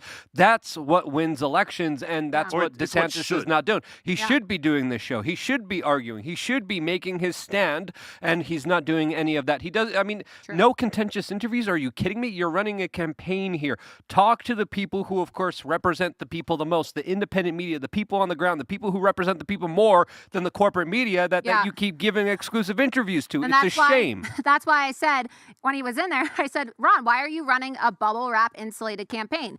Because Nikki Haley is too. They want to wrap these people in bubble wrap to protect them because everything has to be scripted, every little interaction. Nikki Haley has town halls, and now she doesn't even take town hall questions anymore. Whereas Vivek Ramaswamy, I was at his press conference at the Iowa Capitol the other day, and he's given a talk about no eminent domain for private gain. And this, lady from Cambodia starts screeching at the top of her lungs, and he says, "How about this? Let's make a deal. I'm going to give you the microphone for 60 seconds, and you're going to make your case, and then I'm going to tell you why you're wrong." And, I've never seen anything like it. It's honestly, I'm a Trump supporter, and I'm voting for Trump. No one's ever going to change my mind, but it is so impressive. It is so impressive to see the way that Vivek communicates with opposition. Here's the big takeaway, too, and I hope people have taken note of this, is that because Nikki Haley and DeSantis took corporate donors, it made it impossible for them to do the media circuit that Vivek has done, because if they say the things that would be popular in those audiences, their donors are going to be pissed. So they can't do it. They've basically taken the money so they can buy the ads, and they're just going to have their influencers try and set the narrative as to who they are and how they'll govern. And set their policies from the highest interest Exactly. who paid for them, just like we saw with Ron DeSantis' flip-flop on Ukraine, which was the first sign that I saw, especially after the Tucker Carlson interview, where he bowed down, he cowed down to the corporate media, but more importantly, he took special interest money and then flipped his own policies, He sold out. which is something that I don't want to see from my political leader. I remember back when Luke was like, Ron's doing a great job in Florida. Yeah, Now he was Yeah. ahead of the polls. He did an know. incredible job in Florida. He did an incredible job anymore. with the sickness. He did an incredible think job so. when it came to people's bodily autonomy. He did an incredible job, especially when it came to countering all this nonsense when the corporate media was telling everyone that there was going to be a genocide in Florida because of his COVID policies. And Luke, but you look, think that? But honestly, as somebody, you now, from my understanding, right? Like you moved to Florida, so absolutely. yeah. So Yep. for people who saw it from the outside, it was all a farce. Okay, Ron DeSantis is a Manchurian candidate, and as we know, Fox News has been grooming him for years now to be this opposition candidate to Donald Trump. His COVID record was no different than the record of some of these Democrats. It's just the media lied about it. I was running for Congress in 2020 in Palm Beach County, and I was not able to knock on doors because there were lockdown orders, and you were threatened with arrest in Palm Beach County for walking on the beach. There were parents that got arrested. There were the first time a pastor has ever been arrested in over 120 years in the United States happened in Tampa, Florida. And he's now, I believe, supporting President Trump. I'm telling you right now, people were lied to about Ron DeSantis' record. He pushed the vaccine. He's on video telling everybody that the vaccines have a 99% effectiveness rate. And I know people are going to say, well, how can you be a hypocrite? Trump pushed the vaccine too. Trump never, is pushing the Trump vaccine, never but he's forced still anybody pushing to get it. it. But it's a matter of But choice. he's still pushing guys, it. guys, And I don't guys. agree Still with it. pushing And it. I'm not But- vaccinated. I will never take the vaccine. Right, but I refuse why are, to. Why are we trying But- to adjudicate something 4 years ago when Because right now I Ron was just DeSantis... making the point that he's not a good governor, and people need to stop saying that he had a great record on COVID because it's a lie. You can read his own executive orders that say, I'm locking down the beaches, I'm And- locking down the restaurants. He's a liar. He's a I can Manchurian say, candidate. I can say right now, my point when I was bringing this up about Luke's prior support is that here's a guy who is losing. He's losing badly, and he decided to abandon his state during a state of emergency. Everything else out the window. You can come and tell me that the dude saved a baby that was rushing down a river and he jumped in, and then you tell me that he left his state during a state of emergency to try and win a race he was badly losing, and I'm like, he is a bad leader. That's it. Everything else is gone. I mean, That one was like just. And it's not the I first still time. think we need an acknowledgement from Donald about what happened to Operation Warp Speed. There's been a lot of Americans that have been injured. One of them was here at the. I'm so sick of talking about this, We dude. haven't I'm had so it. I'm just getting It's still started a on major this one. issue because let's just say he comes into office. The CIA, Peter Daszak, Echo Health Alliance, all they have to do is restart and do whatever they did again, because there isn't a conversation about, hey, I learned my lesson. Hey, there's some mistakes Trump's made. I arrangements. should have done something better. Absolutely not. Absolutely not. When still he's telling people to get boosted just a few freaking months ago. The policies, and it's funny when I see like these centrist type journalists who don't like Donald Trump actually arguing with people over this. And they're putting things like, man, I really don't like Trump. But Operation Warp Speed was therapeutics and vaccines by choice. It was never forcing people to get medical treatments. And when that happened, he came out and said they shouldn't be doing this. And now, years later, I'm just like, dude, it's 4 years later. Okay, I get it. Yeah. We should never forget how bad those things were. But it's weird to me that we look at these blue state governors who literally murdered people in New York, and it's like, but Donald Trump. It funded Also, scientific can research. I just say something Two too? wrongs don't make- Can I just two say wrongs don't make a riot. it goes back to the concept of revolution. Look, I understand people have to provide for their families, and so I'm not trying to sound like a cold-hearted bitch with what I'm about to say, but everybody has choices. Everybody has free will. And I'm really sick and tired of listening to people say things like, oh, I would have lost my job, or, oh, well, I would have been fired. You either stand for something or you fall for everything. And if more people in this country would have stood up and taken to the streets and fought back against these tyrannical lockdowns, President Trump never forced the vaccine on anyone. President Trump never forced extended lockdowns. President Trump never forced people to wear masks. But Trump people told accepted people, it. People allowed Trump their attacked children to Thomas be forcefully Macy, vaccinated. who was against lockdowns. Trump attacked Sweden, who decided not to lock down. That's a fact. I still want an acknowledgement of it, and because we don't have an acknowledgement of Okay. it, because Trump still believes that the vaccine saved hundreds of millions of lives. Let me take it The into scenario could again unfold. Okay, I'll tell you why I'm done with this. Because the anti-Trump people say Trump did the exact same thing Ron DeSantis did, but Trump was wrong when he did it. And then the DeSantis people are like, DeSantis did the same thing that Trump did, but DeSantis was right when I'm like, dude, in the beginning of COVID and the lockdowns, Donald Trump said 15 days to slow the spread. And we were all, not everybody, but a lot of people were like, okay, well, we don't know what's going on. And now that we have hindsight, you have people being like, Ron was correct. No, Trump was correct. No, Ron. Dude, I don't think we need to adjudicate what happened 4 years ago now that we have hindsight and we can talk about it today. But Then it's not fair to go after DeSantis. And now what's then. going to happen is... If you can't criticize Trump on this, why are you Now going to what's going to happen talk is about it. everyone's going to just keep going back to 4 years. Yeah. 4 years ago, 4 years ago, 4 years ago. No, I'm asking. I'm what trying to- happens next year? Can we get an AG Yeah. that actually looks into I don't wanna the talk about creation, the COVID. funding, all that, All I'm and trying- prosecute Can we Fauci? arrest That Fauci? matters. Can we please arrest Fauci? We That can. matters. All I'm trying to say is that, people have their opinions, very strong opinions about COVID. I'm, the biggest Trump supporter there is, and I never took the vaccine, never got boosted, never will. I'm a proud anti-vaxxer. But I Trump just did want- get boosted, I right? just want to see more Consult with your personal. doctors. I'm losing my fucking I feel mind. like I'm you moderating guys a zero won't shut hedge the debate. fuck up. Yeah, dude. Shut This the is what I fuck felt up. like Yeah. at the zero hedge debate, Dude, by the way. holy fucking shit. Let's just not we talk get over it. each other. I have had this debate Yeah. 7,000 times. Hey. Yeah. And I'm sorry. I'm losing my fucking mind. I am so over people being like, Trump was bad because Trump did a thing. No, that we I didn't- agree we- with you. We did not know what was happening 4 years ago. And now we are 4 years on with mass illegal immigration, 10,000 people per day, and you're talking Yes. about a vaccine program for 4 years ago. And agree. here we go again. The comments were made a couple of weeks ago by Donald Trump about this. Donald specific Trump issue. So came this is out not and 4 years said ago. it should be your choice. Yes, that's my point. We're done. He said you should get boosted. Do you guys think that the reason why Yes. we talk about okay. DeSantis- Okay. All right. Let's solve this. I'm not Talk talking to a about it. doctor. I'm Talk not to a talking doctor. about it. Don't take advice from Donald Trump on medical practices. Talk to your doctor. If you don't trust your doctor, find a doctor you trust. But I remember when Donald Trump was at a rally and he said, "Oh, I love the vaccine." They booed him, and he goes, "Yes, but it's your choice." I don't understand why you're conflating Donald Trump saying I invested in medical research. You can choose it, and now you're like, it's Trump's He fault. allowed the When it American was- people to be guinea pigs. He allowed No, big pharma okay, to get dude. away and never be held People responsible allow for the crimes themselves- they Gavin committed Newsom- against the themselves American to be people. guinea pigs. There Gavin- are so many people that were injured. There were so many people that were hurt, and they deserve justice, and they deserve to be Trump heard. derangement syndrome. And those people, their Trump votes are derangement going to syndrome. matter here.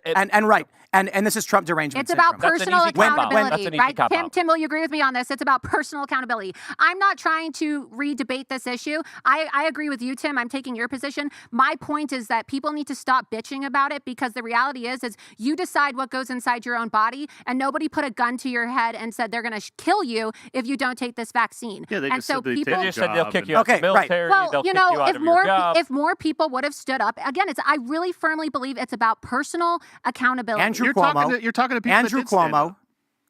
Gretchen Whitmer. Wolf. Who is New Jersey? It's been so long. Newsom, of course. The Goldman It was Sachs guy was in New Jersey. Democrat governors mandating all of these things, all of it. The elderly people who died.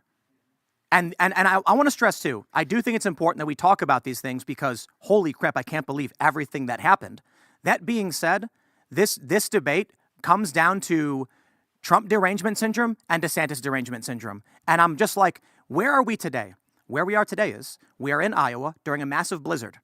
We have questions about what the plans are for the future of this country. We might be stuck with each other after Donald this. Trump said, "Oh yeah, God willing. no, but it's good. I think we're having a good time. Hey, no. Everyone's You got to gonna be get heated. You got to get passionate about conversations. It's fine. It's good. And so what the concern right now is, Donald Trump says retribution or no retribution. Legitimate questions. And I think we've actually worked that through. Maybe he's just saying that because he's trying to appear more moderate, or maybe he's backing down. Who knows? But I think my personal opinion is trying to appear more moderate. Ron DeSantis flew to Florida, declared a state of emergency. I'm super offended by that. Me too. I don't see the debate between Trump and DeSantis on COVID when the debate is Democrats versus Republicans on COVID. And I don't know why we're having a GOP debate over who got it more wrong than the person I agree. when Democrats murdered people. We shouldn't be having this debate because DeSantis' career is dead. So it Thank doesn't God. it doesn't matter. But what does matter is if Trump, who is the favorite, what he's going to do moving forward, and which is why I'm not trying to litigate the past. I'm trying to prosecute those responsible for it. I think that if you expect us to have a free country moving forward, you absolutely have to investigate the people that are responsible for the greatest Yeah. calamity in my lifetime, if not human history. We're talking I about agree with tens you. of millions of lost lives. We can't just brush that over. We can't. And I don't think Donald Trump is going to. He said it numerous times. And if you study Donald Trump like I have, and you look at some of his previous statements from over the years, Donald Trump is all about retribution and revenge. He always says, "I love getting even." It's from his interview with, I believe, in the 1970s with Charlie Rose. He said, "I love getting even," and Charlie goes, "Oh, you do, really?" He goes, "Yes, I love getting even." But Trump is all about I- getting even and getting I wouldn't say like necessarily revenge, but retribution on people that do wrongs against the American people and our country. And that's why he's always saying, I am your retribution. Okay, and let's say he changed his mind. My position, it's funny because you get these DeSantis fans on Twitter being like, you're in the Trump cult. I'm like, dude, my position is Trump is not the best president. He's not the president we dream of. He's the best we have. Who are you going to vote for? Vivek. Now, I will say this.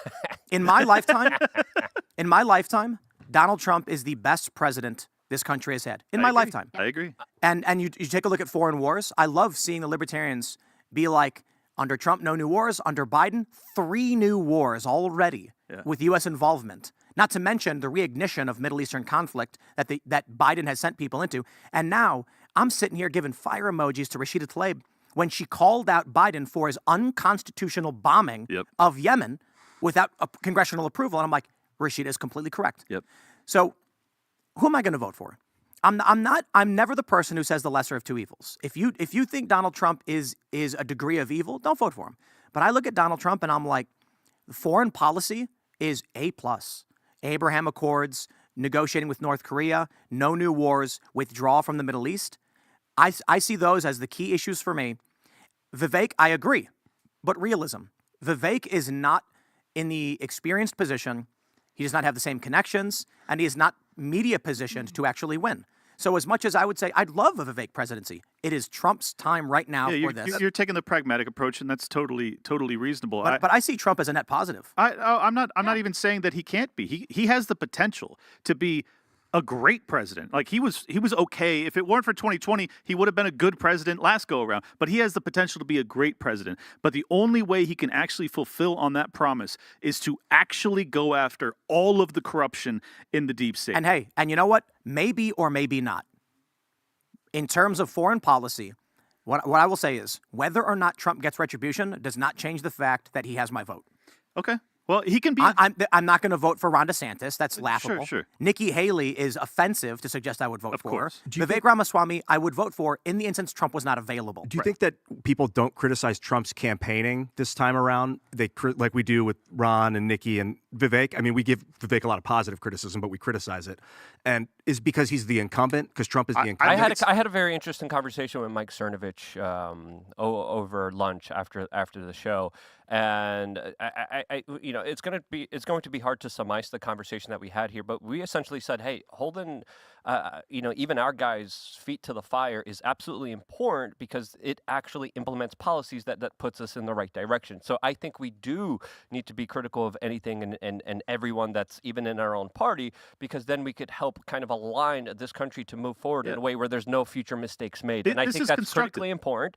Constructive criticism is really important. The facts do matter about this particular case, and there were some mistakes made. They should be addressed. They haven't, and this is why this is an issue of concern, to make sure that we don't repeat these mistakes again, because very easily the people in charge could just redo the same situation in 2020 and we'll be in trouble again. Exactly. And this is why it would assuage so much of my fears if he were to have Vivek in there as VP, because I strongly believe, after talking to Vivek for hours now, that he is more than capable of actually going after DEI, ESG, the deep state more broadly, Fauci, all of it. He really does have that capacity. And I know that Trump is under the gun and he's dealing with tons of litigation and all sorts of, undermining of his everything. So it would be nice if he could have someone who's as hard charging as Vivek. I've never seen anyone more energetic in politics. No one is perfect, but we should be idolizing individuals. It's a fantasy, though. Vivek has already said, this is what I was talking about before, about why waste time talking about things that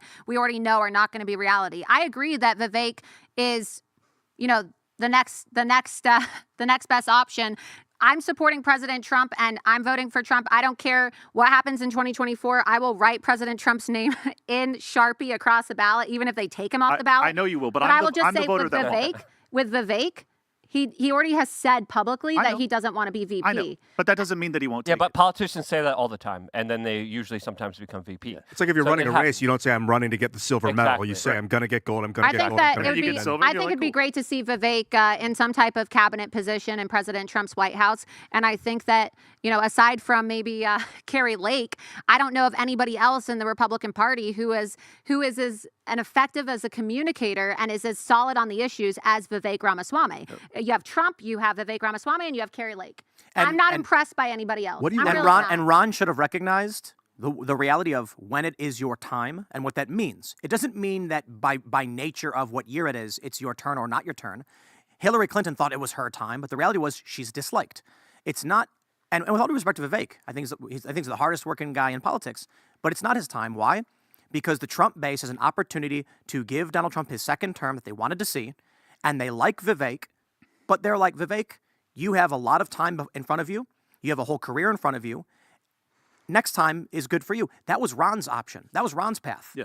It was the Trump DeSantis ticket everyone was excited for, and then Ron basically was like, well, I'm going to come out and just attack Trump and say he was bad at everything. It was a It ridiculous. was worse than that. He had it's worse than that. He appointed his own Secretary of State, a guy by the name of Cord Bird, so that Cord Bird could then secretly and quietly change the political handbook in Florida. You could look this up. This really happened.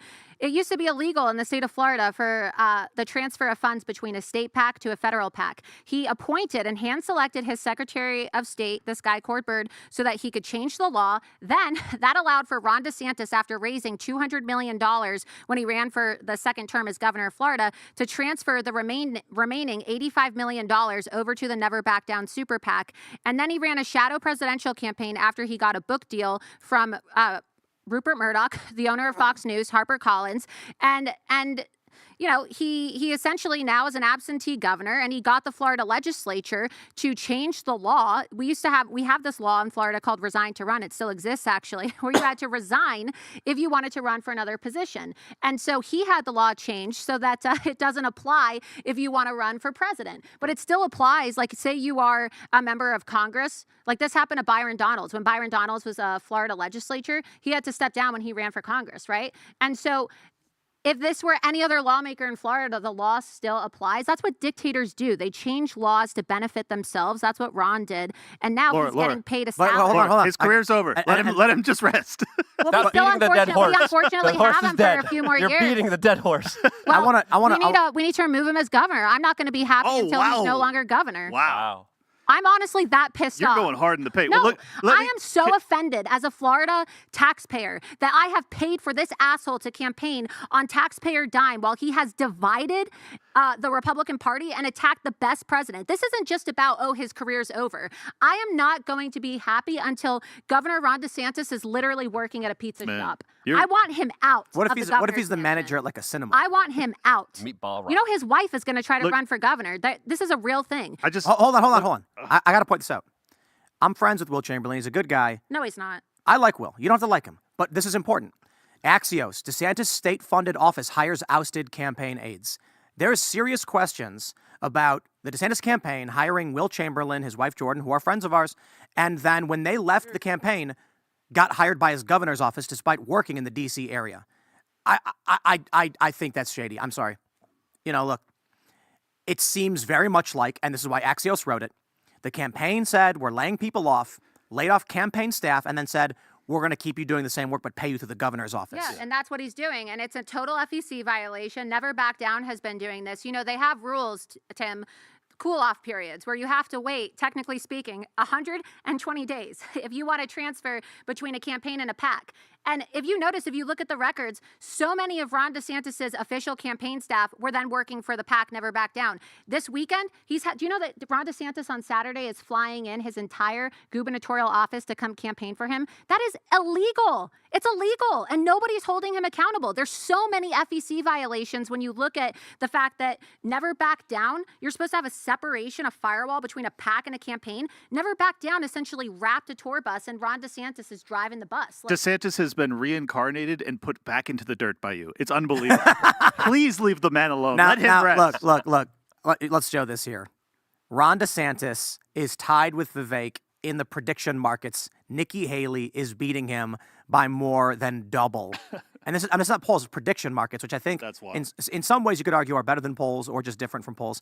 But I think it's fair to say, I think the criticism is important, and at this point, he should drop out. Yeah, I don't think he will. I don't think he'll drop out after Iowa. He should drop out if Iowa goes I poorly think for he him. will He should after drop out. Iowa. He's already stopped spending in New Hampshire. He's polling at 5%. And if you toast. look at the breakdown, I actually tweeted a photo of this the other day. If you look at the breakdown of political ad spending, Ron DeSantis has effectively ended all ad spending in New Hampshire, which is a sign that he's going to drop out. Let me make a plea, not really to the voters so much as to the candidates.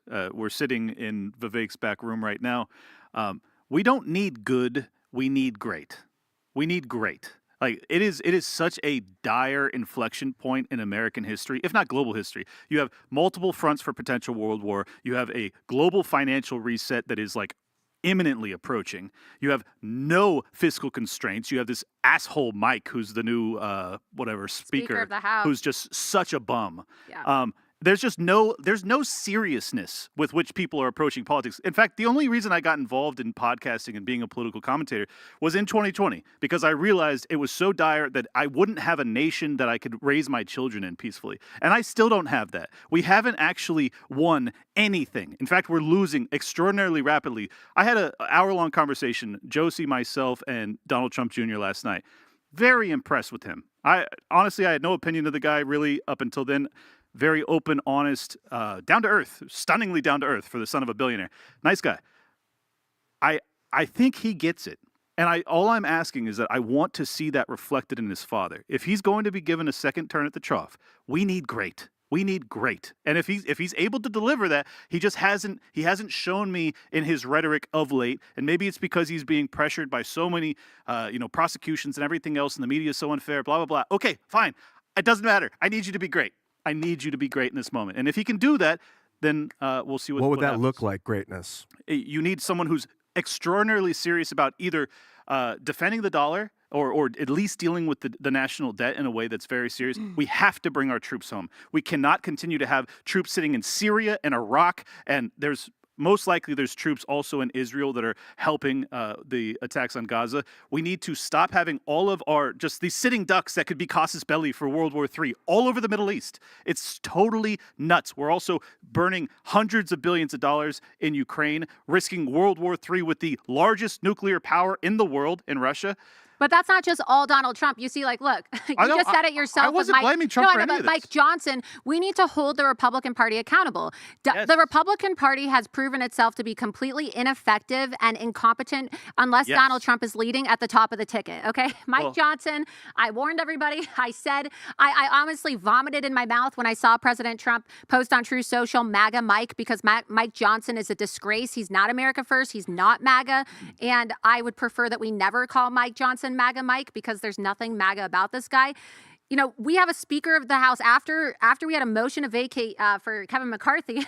We got Mike Johnson, who did the same exact thing. We are, what's the date today? The 12th? We are 7 days away from a government shutdown. Okay, we don't have any Shut it down. Good. Shut it down. We don't have any single appropriations bills. We have a $1.6 trillion budget that the Republicans are just like, well, whatever. I guess we're just gonna sign off on a $1.6 trillion, an open border, no plan to militarize or secure our border, more money going to Ukraine. It's like we might as well just have a freaking Democrat Speaker of the House at this point in time, because the Republicans don't do shit. This is the point I'm trying to make, is that to the American people, like, I just want to make sure that they understand your representatives don't care at all about you, and certainly not your children. They are setting you up to fail on a national scale in a global depression and a potential world war. And we're just like talking about it, as opposed to being like, feel what I'm saying right now. We're on the cusp of a world war with nuclear armed powers all across the planet. It's fucking nuts. And we just I hope that these people actually understand the responsibility that's being put at their feet. I really do. Well, Trump always says in every single speech, he always says he's the only candidate that can prevent World War III, and I truly do believe him. I mean, we did see through his record, and if you're fair, you'll agree with me on this. He didn't start any wars when he was in the White House. He's the only president in my lifetime that entered the White House and left the White House without starting any new conflicts. Yeah, I don't think Vivek has the experience internationally to do the same thing foreign policy wise. Maybe not. Vivek says a lot of really, really great things. We like his ideas. We like his policies, FBI, ETF, et cetera, et cetera. Yep. Donald Trump has decades upon decades of international business relations, and that experience he used to, one, it wasn't just no new wars. It was the withdrawal of our forces from many of these countries. It was getting NATO to pay their fair share. It was the Abraham Accords, negotiating with North Korea and other quote-unquote dictators that the media didn't like. Vivek's great. Vivek doesn't have that same degree of experience. Trump's super famous, and he's like a rock star kind of. So Kim Jong-un loves him. Like, he just loves the guy. Yeah. And that's a big deal, having the dictator of North Korea loving our president. But you know what's an even bigger deal? Is having a president that is actually willing to go after the three-letter agencies in this country that are totally undermining every constitutional protection that we have. I mean, if you have a weaponized federal police force, which is what the FBI is, and then you have the ATF and the DEA and all these unconstitutional, illegal, immoral institutions that are willing to just prosecute political dissidents all across the board for years, and they have nothing to fear. They have nothing to fear because they are ultimately able to threaten our elected representatives on top of everything else. This has to be addressed. If it isn't, we don't have a country. That's a fact. And we have to be clear. We don't want John Bolton. We don't want Mike Pompeo. We don't want Bill Barr. Yep. We don't want Nikki Haley. All those individuals were appointed by Donald Trump. Yep. There needs to be pushback against this. There needs to be criticism against this, so it doesn't happen again. It's not hate. It's not derangement. It's just I need better than what we got. Yeah, we can't have another John Bolton in there. We can't. No. We can't. There's a lot at stake here. Look, I think that we also need to recognize the fact that Donald Trump, right, he's not a politician, okay? This is a guy who ran for office. You look at Joe Biden. He ran for president, 3 times, okay, over the course of his political career. Least. And so you have 88. Donald Trump, who is a businessman. He didn't need this, okay? He's a billionaire, could be living a very glamorous lifestyle. And he ran for the first time. He wins. And I think that, I'm not saying that President Trump's naive, but I think that when you win and you're thrown into this and you're like, wow, I really won, and I'm president of the United States now, you're going to kind of trust and think that the people in the Republican Party are going to have your back. And what we all realized, I think we all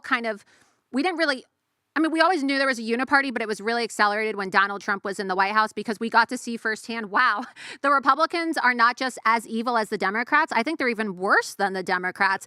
And they surrounded Donald Trump and they sabotaged him. They undermined him.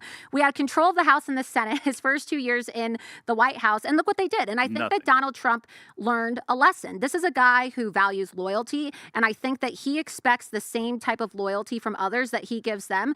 And the rude awakening that he had, unfortunately, was that you can't expect people to be loyal to you even if you are loyal to them, because these people are all snakes. And I don't know if President Trump is ever going to necessarily admit that in full, because I think that he has somewhat of a narcissistic personality. I think that's a good thing, though. You want the president of the United States to be a narcissist because you need to be the most powerful person in the world. I don't think you get to that position if you're not. I don't think there's anything wrong with being a narcissist, so I'm not attacking Trump when I say he has a narcissistic personality.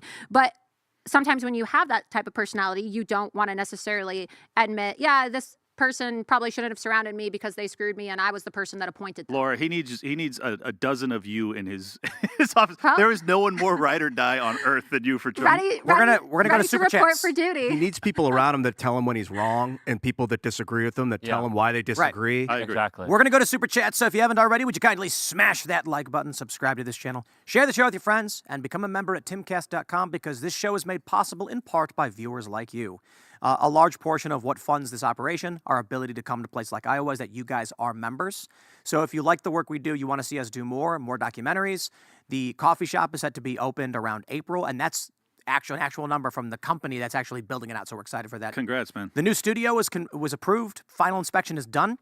Now we're doing the tech build out, which means maybe by the beginning of February, we're in the new building. And it's all made possible because people are members. And as a member, you get access to our Discord server where there's a ton of fans of the show doing their own content, hosting their own shows. So there's pre-shows, there's after shows, there's always more stuff for you to do if you become a member and join that Discord server. And it's not just about supporting timcast.com, but all of the people who are in our Discord server as members who are building awesome stuff, making music, making shows. They ask me every day, Tim, make sure you shout it out because we want more people to join so they can hang out with us and we can build culture. So let's read your super chats. Voice of the People says, Biden has filed a motion to stop the Texas National Guard from protecting their border. The president is openly and flagrantly committing treason now. Seditious conspiracy. Treason is aiding and abetting an enemy in a time of conflict. Sedition is trying to destroy or unravel a nation. So I would call it a seditious conspiracy. Jacob Parody says Rand Paul just nuked Nikki Haley. Did you mean Nikki Hillary? Yeah. All right, where are we at? She might get excited about that, hearing nukes. Raymond G. Stanley Jr. says, gang, anyone leaving with a different view of the Iowa caucus? Or maybe any noteworthy takeaways from everyone's time in Iowa? Hashtag never Nikki. The caucus is Monday.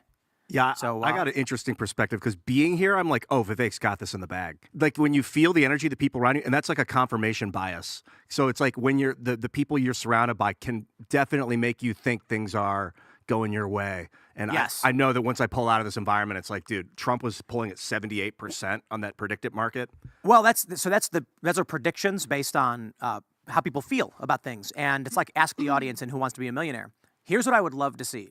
I've seen the photos from Vivek. I know that he's doing event after event after event. I'd love to see second place. I'd love to see Nikki and DeSantis in like low single digits and Vivek in like 10%. I think that it's a possibility. I think that Trump, I've been saying this because people have asked me all week. I've done a lot of interviews and people say, oh, you know, what's your feeling on the ground? Just like the super chatter just asked. I think Trump's going to win overwhelmingly. I think that Vivek is going to shock everyone and come in second because he, like I said, his work ethic is amazing. He's done over, 250 events in the last 2 weeks alone, doing 12 events in one day. And Nikki Haley and Ron DeSantis really don't have a lot of people at their events. I would know because I've been thrown out of them. But you have Vivek showing up. Donald Trump has the largest crowds, and then it's Vivek. I think he's going to come in second, and then you're going to see Nikki and DeSantis battle it out for third and fourth. The real Raul Camacho says, what if, as an electoral strategy, the DOJ arrests enough J6 protesters from key battleground states to depress the GOP vote in November? How can we track this if it indeed starts happening? There's 1,700 or so convictions, and they've promised to do thousands more. But even if they got to around 10,000 people, the issue would have to be, and it's a good point, because we're not concerned about that this strategy doesn't play well nationally. I think we're concerned about the J6ers generally. But the concern in the election would be if he goes to like Ohio and arrests 5,000 people. Then all of a sudden it's like, okay, hold on there a minute. Now he's arresting likely people who could vote against him. So that's when it gets scary. Tracking that, I suppose it's really difficult. It's really, really difficult because most people don't even know that they can't even name 4 or 5 people who have been convicted. Now, of course, you've got Joe Biggs, you've got Enrique Tarrio. We know about the higher profile individuals. But once again, the main issue is there were hundreds of thousands of people there. The DOJ is now saying they're going to go after the thousands of people who are standing around and never went in the building. And we're not going to learn these people's names because they don't have the means to get press and get attention. So it is a good point. I don't think it'll play as big of a role, but we should definitely pay attention. Did you say there have been over 1,000 convictions? I read from Time Magazine, this was last year, I guess, that there were over 1,000 people been arrested. Only 400 of them had been convicted I think it's 900 now. Convictions? I heard 1,700 convictions. Maybe oh, really? Wow. Convictions. Okay. And how many arrests? And didn't Matthew Graves just the other day say that now they're going to start arresting people that didn't just go inside, but were in the vicinity? So now you can be arrested and jailed over J6 if you showed up. So really what I was wrong. It was so far 730. Convictions Saw and then that like too. what, like 1,800 arrests or something? 730. It was not 1,700. It's 730. I got that way wrong. And was it 1,000 arrests? Has the arrest number gone up? 1,230 people. It's like, that's like 40%. So what is that, like half the people that have been arrested or have actually been convicted, the other half are just waiting for 3 years? They've just been waiting without charge? No, it's not just that. There are some people who are getting charged several years later. And so what's happening is, interestingly, they're saying, like, there's a question of the statute of limitations for some of these crimes. So now they're trying other crimes that have longer statutes of limitation. I was talking to someone, I'll put it this way. If you were there for any reason, lawyer up. You're a journalist? Yeah, nice try saying, but I had a press pass, lawyer up. If you worked for the New York Times, okay, yeah, you'll be fine. If you worked for a conservative or independent outlet, even with credentials, even congressional credentials, lawyer up. But see, what I would like to see from Trump is the congressional representatives that withheld exculpatory evidence on behalf of his supporters. Like, why aren't we talking about prosecuting these people? Like, that if it's not criminal, how is it not? How is it not criminal to hold exculpatory evidence It's the entire framing of this event was all predicated off of withholding of the footage that was only trickled out later on, which is, I think, why many of these people have been given early release. It's criminal. It's obviously criminal what's happened. Yeah. Well, you even have people like President Bukele of El Salvador, which used to be considered the most dangerous country in the world, known as a third world hellhole, and now he's completely transformed it.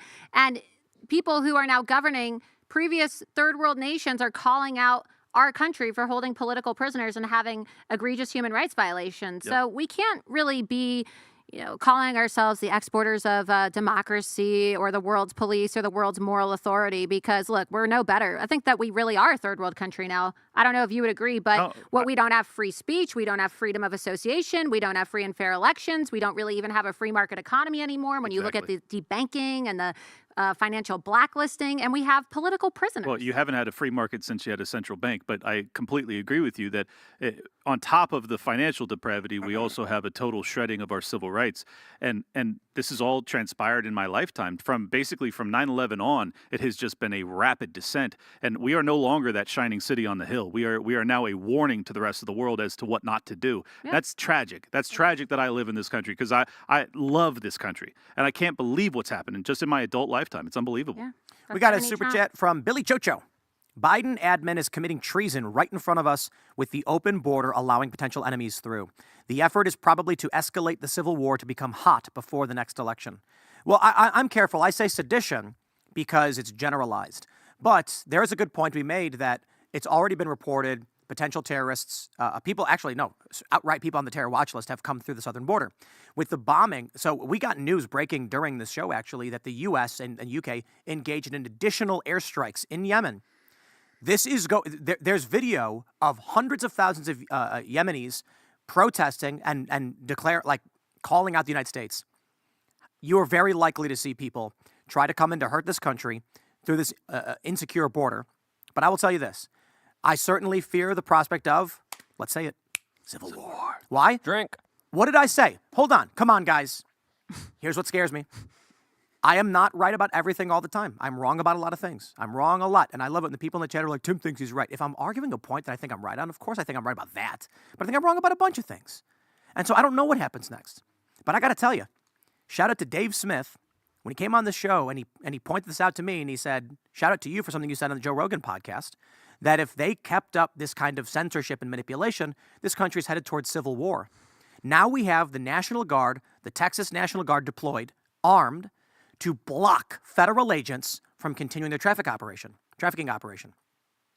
My fear is we enter the point where, it's exactly what I said, National Guard is enforcing the law as per their orders, federal law enforcement enforces the law as per their orders, and you get a guy in military gear, a federal agent walks up and says, I got orders to clear all you guys out of here.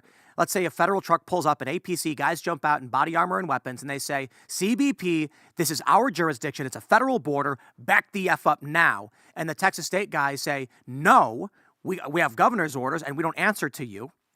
My fear is somebody shoots somebody. I mean, federal officers, federal agents in armor shooting at Texas National Guard. Yeah, I mean, and that's a moment that you don't really come back from. And I'll tell you, how many people right now are going to say, "Oh, that'll never happen." If let's play the time travel game. I go back 8 years when Donald Trump is running, and I say to you, 8 years from now, Texas National Guard will be armed and deployed to the southern border to stop federal agents who are facilitating human smuggling. They're going to say, shut up.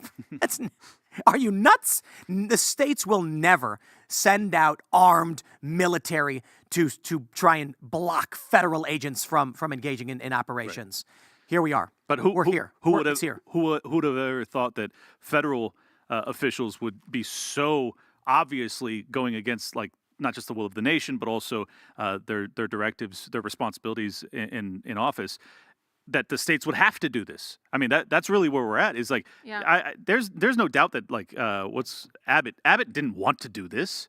Like, he feels compelled. He feels that there's the political will in his state because the issue is so severe, and I don't blame him. Like, this is, if there's one responsibility for a state governor, it's to prevent invasion. And if you have hundreds of thousands that are coming across your border every month, you can't describe it as anything other than an invasion. Yep. And we've seen this years ago when they were marching in huge groups of thousands, waving the banners of their countries. And I'm like, hey, that kind of looks like an invasion. And I got to tell you, people say, but they're not armed. Listen, warfare does not, people think war means a guy with a gun shooting at a guy with a gun. War is the state of conflict and a battle over resources, influence, and control. It takes many forms. The earliest eras of war, it was throwing rocks at each other. It got to the point of nuclear bombs, but now we have information warfare. Yeah. And so if you were trying to invade a country and you know, it doesn't matter what you call it. What matters is how do we win? And if you're like, if we storm the border armed, they'll mow us down with their more powerful weapons. If we manipulate the psyche of the American people into saying, help, help, we're but harmless refugees, we can storm in, and that's why you don't come with weapons. Now, they can't do anything to stop you. That's Well, and a lot of them are coming with a weapon in their mind, right? The ideology. So look at the jihadists, right, that are coming across. You don't necessarily need to have a physical weapon, right, to be armed. A lot of them are armed with a toxic ideology, a backward ideology, and that's what, they're trying to push in our country and push all around the world. Again, I will reiterate once again, this is why we need President Donald Trump back in the White House. And as you said earlier, Tim, you're worried that, people from Yemen are going to try to retaliate now against the United States by coming here. Well, who had the solution to that? Donald J. Trump with his travel ban, right? So we got to get President Trump back in the office. He's in the White House. He said he's going to implement his travel ban again to keep all these crazy jihadists out of our country on day one. And we have Andrew Ho. The solution. He says, sorry to burst your bubble. Every president is a dictator for one day. Their first day in office, all they do is sign dictatorial executive orders. Agree and disagree. I think the general idea the founding fathers had with the executive branch and executive orders is brilliant. I think the modern version of it is corruption. The idea is actually really simple. The executive branch, you're the commander-in-chief, you're in charge of the armed forces and alt branches, and you oversee law enforcement at the federal level, which means an executive order could be like this. From now on, DEA agents do not raid dispensaries in across the country. It's a waste of time and resources. That is not dictatorial. That is the head of law enforcement saying, we're not going to deal with that. We're going to prioritize something else. However, to actually enforce a law, you need legislature to determine it. So the general idea of an executive order is fine, except what's happening now is things like Barack Obama doing amnesty through executive order, and that's where we're at. You get Andrew Cuomo, for instance, in New York, executive order, you can't go to church anymore. And when they sue and say that violates the First Amendment, he goes, okay, I'll take it down. Now I'm going to make another one saying the exact same thing. Sue me again. Yep. That's dictatorial, and that's where we're at. So I agree exactly with what you're saying. I think it shouldn't be that way, and the general concept is fine, but we've got too much corruption. I got to give one big credit to Donald Trump, even though he did it in the last year of his presidency, and I wish he had done it sooner. But his executive order to remove Barack Obama's executive order, which mandated that there be diversity, equity, and inclusion departments in every federal agency in this nation, that was huge. That was really, really smart of him. Of course, Joe Biden undid it day one of his presidency, but I hope that Trump is preparing to remove that once again. He is. He said during his speech in Iowa the other day, I mean, he's given many speeches in Iowa, but this last weekend I was there, he said that we're going to restore merit in our country. And he was, emphasizing the fact that we need to start hiring people that are qualified for their positions as opposed to giving people positions based off the color of their skin or their sexual orientation. We have a good one here. Michael A. says, I'm an anchor baby, and I served in the military for 8 years, from 2001 to 2008. Laura wants to deport me? Why? I am more American than she will ever be. I'm an immigrant who served the country during war. Man, explain to me, why does Laura want me deported, please? Well, I'm talking about our Constitution as it relates to Nikki Haley being president of the United States, right? We were talking about people who were qualified to be president. And per our Constitution and the Founding Fathers, you have to be a natural-born citizen. To be a natural-born citizen, one of your parents has to be a citizen at your time of birth. Both of Nikki Haley's parents at the time of her birth were not citizens of the United States. They had been in this country from India, I believe, for only 3 years before she was born. Her mother didn't even try to become a citizen until 2003. And so technically speaking, right, she's what we call, she is what we call an anchor baby. She has birthright citizenship. And that's one of the reasons why our country is being invaded right now, because there's been a bastardization and a reinterpretation of what it means to be a natural born citizen. And people want to bend the rules and give citizenship to people who are anchor babies. And yeah, okay, you served our country. Thank you so much for your service. But the reality is that Now get out. we are, no, I'm Hold on. saying that we need to have a serious conversation going forward in this country. We have not enforced our laws, or our lawmakers have not enforced the laws. And as a result, now we have been overrun by migrants who are replacing the actual natural born populations of the United States of America with themselves. Okay, so these people are coming and having 10 kids. According to United States v. Wong Kim Ark, Supreme Court ruling, you are a natural born citizen if you were born on U.S. soil, regardless of your parent's citizenship status. Now, that's a Supreme Court ruling. And so the argument that we're seeing now is the founding fathers never intended for that to be the case. Yeah. So an argument was made based on the 14th Amendment of the Supreme Court. The Supreme Court agreed. Your parents don't have to be citizens. If you're born here, you're a citizen. I think that's wrong. Birthright citizen. However, You're a birthright citizen. You're not a natural born citizen. well, so You're a citizen if you're born here, regardless of whether your parents are citizens. But that's what we're talking about, right? The difference between birthright citizenship and natural born citizenship. But no, I don't see the distinction. I'm saying the founding fathers, I do not believe intended for it to be anyone could just come here, give birth, and then bang that kid. Like, let's talk about. I agree with let's you. be honest. Native American living in a city in the late 1700s had a kid. They did not believe that kid was a citizen. That kid, they're like, you're Native American. You're not a citizen of our country. And it changed after the 14th Amendment, after the Civil War, then the Supreme Court ruling. These things are entirely interpretable. But I would say this. I don't think someone like Michael should be deported. Someone who was born here, grew up here, loves this country, served this country is exactly the kind of person we need. And I think the concern I have, I'm not anti-immigration. I would love to. I got a program. I don't think he should be deported either, for the record, because I don't want to be accused of not answering his question. Yeah. That was a joke by me. I'm talking about the people that are coming across our border. You know, a lot of people plan their journeys to America with their pregnancy. They say, okay, I'm going to get pregnant, and then I'm going to make my journey across the border, and then I'm going to give birth, and then they're going to make me stay, because what are they going to do? Separate me and my child? That's immigration fraud, and we shouldn't be allowing for criminal, illegal alien invaders. I have an idea. How about our immigration program is not a moratorium. We allow immigration, but we can only allow one new immigrant who comes in legally through a process. They have a certain amount of time to learn and to pass a civics test, but a leftist has to leave. I'm totally on board. Could you imagine? What about can we send some rhinos too? I want to get rid of a lot of Republicans too, not just leftists. I love this meme where it's like some socialist Antifa person goes to Venezuela as an exchange program. The people desperate to flee this country who want to be American so desperately, we'll take them, and the American leftist commies can go to Venezuela, and then we're better off. Works for me. But what's the problem? I mean, if they're communists, they'd be like, I'd love to go live in this socialist utopia. Right? Go to China. Right. Enjoy. Yeah, Cuba. Yeah. Cuba's open. Venezuela. All right. Great place. 467 Sprite says, 26, MAGA anchor baby here from Anaheim. We're part of the silent majority as well. Our parents came to America for its prosperity and freedoms. I see no point in their sacrifice. If it rots, we exist to save it. What happens to us? And I want to hold on there a minute. If your parents came here legally and then gave birth to you, you are not an anchor baby.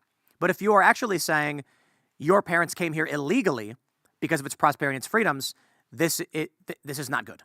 Okay, this is someone who said, I don't care for your country's laws. I want prosperity, and I will take the prosperity by breaking your laws. We call that theft. We call that crime. See, Unless you're Nikki Haley, because she said, I'm sure you saw the video, right? Did you see the video of Nikki Haley saying that we shouldn't be calling illegal aliens criminals? They're not criminals. They're just people who want a better life. So I guess the criminal illegal alien that gang raped a 5-year-old girl, right? He's not a criminal. He just wants a better life by raping little girls. Let's say I go to my good friend Clint over here and say, I would like that phone. How about I do? What can I do to get that phone? And you say, here is the process by which I accept the transfer of my phone to you. I say, okay, well, I will engage in that. Now there's the alternative, which is illegal immigration, where I walk up, grab the phone, and run. Yeah. Look, coming into this country illegally may be because it's for its freedom and prosperity, but you're basically saying you're taking it from the community by force. Now, as for you, 467 Sprite, I got nothing against you. You're an American. You love America. You were born here. You believe in this country. Its founding fathers, its vision. If your parents assimilated and really did believe in it, it's a good thing. I still would say it's fine to say there's a difference between someone who comes here illegally for Buffalo Wild Wings, which is, I'm not making that up. An illegal immigrant was interviewed and said, I want B-dubs. And someone saying America is the shining city on the hill who believe in civil rights and freedoms and I will do anything to get there. There's a difference between those people. And I can respect that. But I would simply say, look, man, if you come here illegally, you are not respectfully asking us to bring you into the fold. You are insulting and disrespecting us. Well, I don't totally disagree, but I will say this. If it comes down to a bunch of Cubans that are fleeing communism, like, I don't care that, like, yes, the first foot that they make on this soil will be illegal. But I still think that's a net benefit to this country because these are people that are really sincerely, like, to the point that they're willing to risk their lives. That's how much they oppose communism. I don't think love so. those people. I mean, we have homeless veterans sleeping on the bank streets robbers of are willing to risk America. their lives to steal. We don't say, oh, it's so honorable and noble. You risked your life to take money but from it's us. but it's because they're not trying to steal. They're trying to actually like uphold the American value set. But they're going to be a burden on our system because let's be honest, they're coming from communism. They don't have any money. They're going to need somebody to support them. I mean, look, you can have this humanitarian spirit and want to help people and say, wow, they're fleeing communism, but who's going to be paying their bills? It's going to be us. I don't want to pay their bills. I don't. I want to totally pay their disagree bills. with this because if we're going to start going down that path, I would greatly prefer to see like Ivy League college graduates deported and bring in Cubans. Like, honestly, like the country would be way better off if every Ivy League graduate was just immediately deported to China and we were just bringing in people from communist nations. Well, that but want to it's do it. not really true. It's not really No, true. it would be totally better. It wouldn't. I am 100% serious. I'm not saying it would be like, I'm not saying it would be legal. I'm not saying I would actually advocate for it. I'm just saying outcome-wise, our country would be way better off if the Marxist kids that are coming out of college were just immediately launched into outer space. It'd be tremendously better. Now, hold on. Can we set up like a moon base? Yeah, but no, of course they're going to be safe up there. I'm not trying to hurt No, them. hold on. No, I was being cute. I'm like, this is a program I can get behind. We create a moon base and a Mars colony, and we're like, we are going to have you guys colonize the moon, then Mars, and I'll tell you why. It is not because I want to laugh, haha, we're going to blast them off the moon. I think roughing it in a little hardship will toughen them up, give them a good understanding of what it means to be responsible for yourself. Exactly. And but also, they may actually agree to it because it's an honor to be the first human to colonize This Mars. is a problem with all this illegal immigration is it's turning people off from accepting actual refugees, people that are literally fleeing their own demise and death from tyranny. Like, But where, from Mexico or Canada? I don't even care. No, on no, no, earth no, at no, this no, no, point. no, Like, hold if on, they're wait. real No, refugees, Why do we need to be accepting Canadians are refugees? worse No, than stop. think we're supposed to be able Okay, to. guys, Completely pause. agree.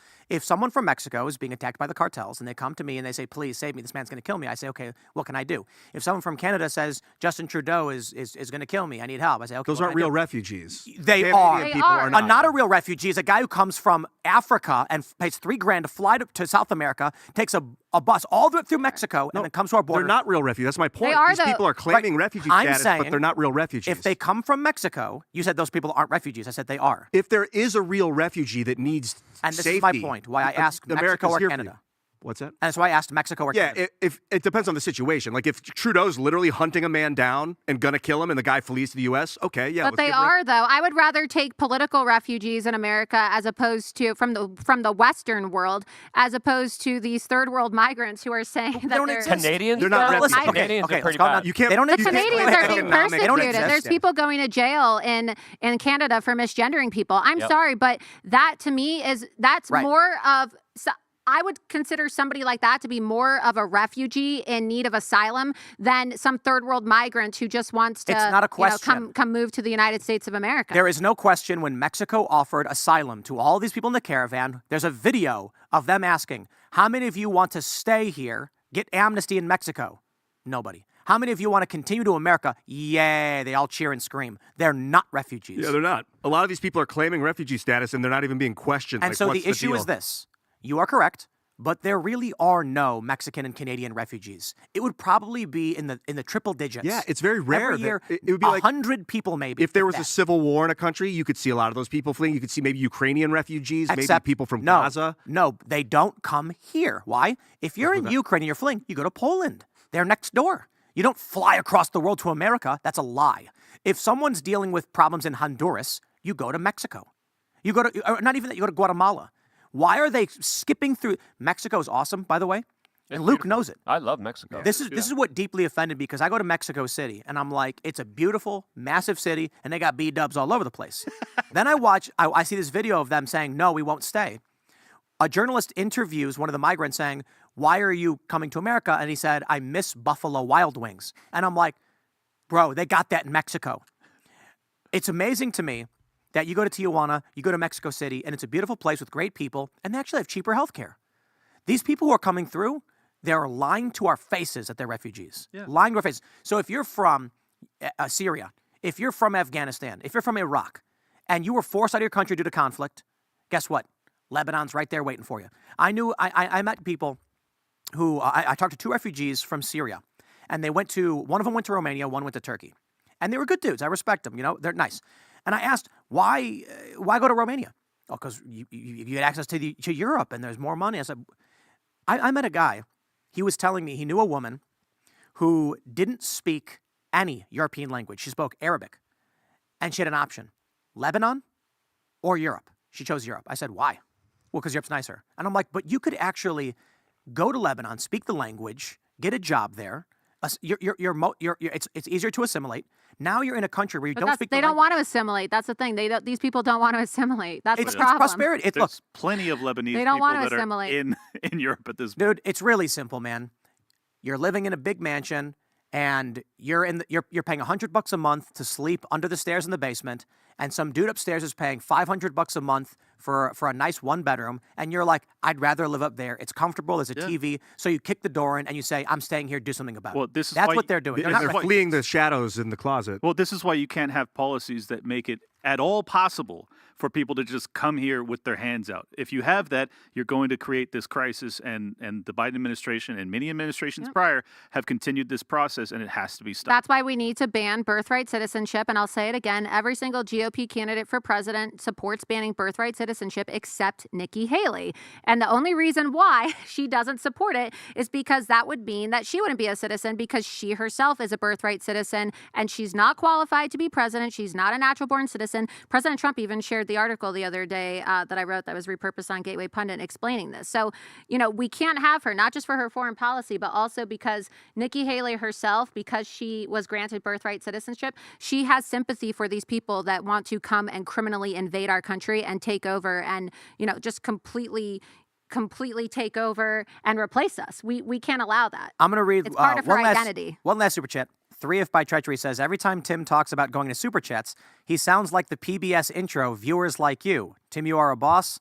Let's get that intro to super chats different than the government propaganda. My friend, that's the joke. I also say, would you kindly smash the like button, which is a BioShock reference. So when I say this show is funded in part by viewers like you, it's because I grew up watching PBS in Chicago. Interesting. Thank you for hanging out. So if you haven't already, would you kindly, smash that like button? And I'm gonna fill you guys in. BioShock is one of the best video games ever played, ever made. Luke, you definitely need to play BioShock because very libertarian. Yeah, very libertarian. And one of the components of it, considering it's like a 20-something-year-old video game, spoiler alerts, the character is mind controlled. Whenever he's asked, "Would you kindly do something?" he is compelled to do it. So the bad guy would, if someone said, do a backflip, he'd be like, what? We said, would you kindly do a backflip? He has to do it. So would you kindly smash that like button? You can follow the show at Timcast IRL. You can follow me personally at Timcast. Laura, you want to shout anything out? Yeah. I have a show on Rumble. It's called Loomer Unleashed, and so it's every Tuesday and Thursday at 8 p.m. Eastern. So be sure you follow my Rumble channel, rumble.com/Laura Loomer, and then follow me, of course, on X and True Social, Gab, and Getter at Laura Loomer. Laura, thank you so much for coming. I'm going to make a T-shirt saying I survived the screaming match with Laura Loomer on thebestpoliticalshirts.com. No one's ever survived, though. Nobody ever survives, Luke. Oh, man. But me and Clint have a show. You're welcome to come on the show as well. We could argue and scream at each other all the time. More importantly, rest in peace, Gonzalo Lira. I wish we had more time to talk about him. We talked about him on the Best Political Show for a very long time. Check out that conversation. It just ended a few moments ago. Thebestpoliticalshow.com. That's my website. Subscribe. 100K. Clint gets I want to give tasered. a quick shout out to Real Hydro PX. This dude, I love you, buddy. Look, man, your tweets, your super chats make me laugh. He's just like constantly attacking and roasting me. I know. I'm looking at all of it and roasting me too very heavily. And I'm like, if you're gonna roast me on thebestpoliticalshow.com. Hey, Tim. Which you But can. he's giving me like no, 100. I've seen it. Like every 5 minutes, I'm like, damn, another one. Tim, I forgot to say, the Iowa caucus is in 3 days, and so please don't take it for granted. We really need President Trump to win, and so please don't let the snow stop you from getting out and voting for President Trump. If you need to learn how to caucus, you have to live in Iowa. If you want to caucus, you can go to ia.donaldjtrump.com. IA is in Iowa.donaldjtrump.com, and you can learn how to anyone caucus. can do this, right? Well, only if you live in Iowa. No, that's what I mean. Like, residents of Iowa can come out for this stuff. Yeah, and if you're a Democrat, because I know you have Democrats that watch your show too, you're allowed to do same-day registration changes to vote in the caucus in Iowa, so you can actually change your registration to Republican and vote for Donald Trump in the Iowa caucus.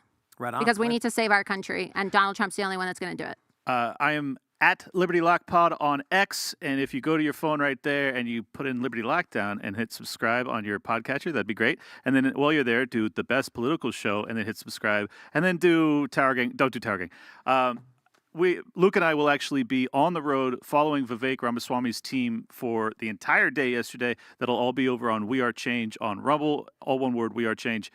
Thank you so much for having me, Tim. It was great. Yeah. Thank you for coming, Clint. And definitely subscribe to Tower Gang. Oh, on this YouTube. guy. Check out We Are Change, the best political show. They did an episode with Mike Cernovich and talking about ayahuasca. It was so for fun. an hour. It was so good. It was wild. I want more psychedelics on this show. Let's make it happen. 2024 is the year. Laura Loomer, thank you very much. Yeah, thanks for Let's- having me. Last super chat. The Real Hydra says, "You know I love you." All right, you everybody. too. Call me Thanks. anytime. Thanks for hanging out. We'll see you all on Monday for our big show with a live audience. It's going to be an extra hour long. We're not doing the members only because we're doing a 3-hour show Hell yeah. from 8 to 11. It's going to be epic, and we will see you all then. Thanks for hanging out.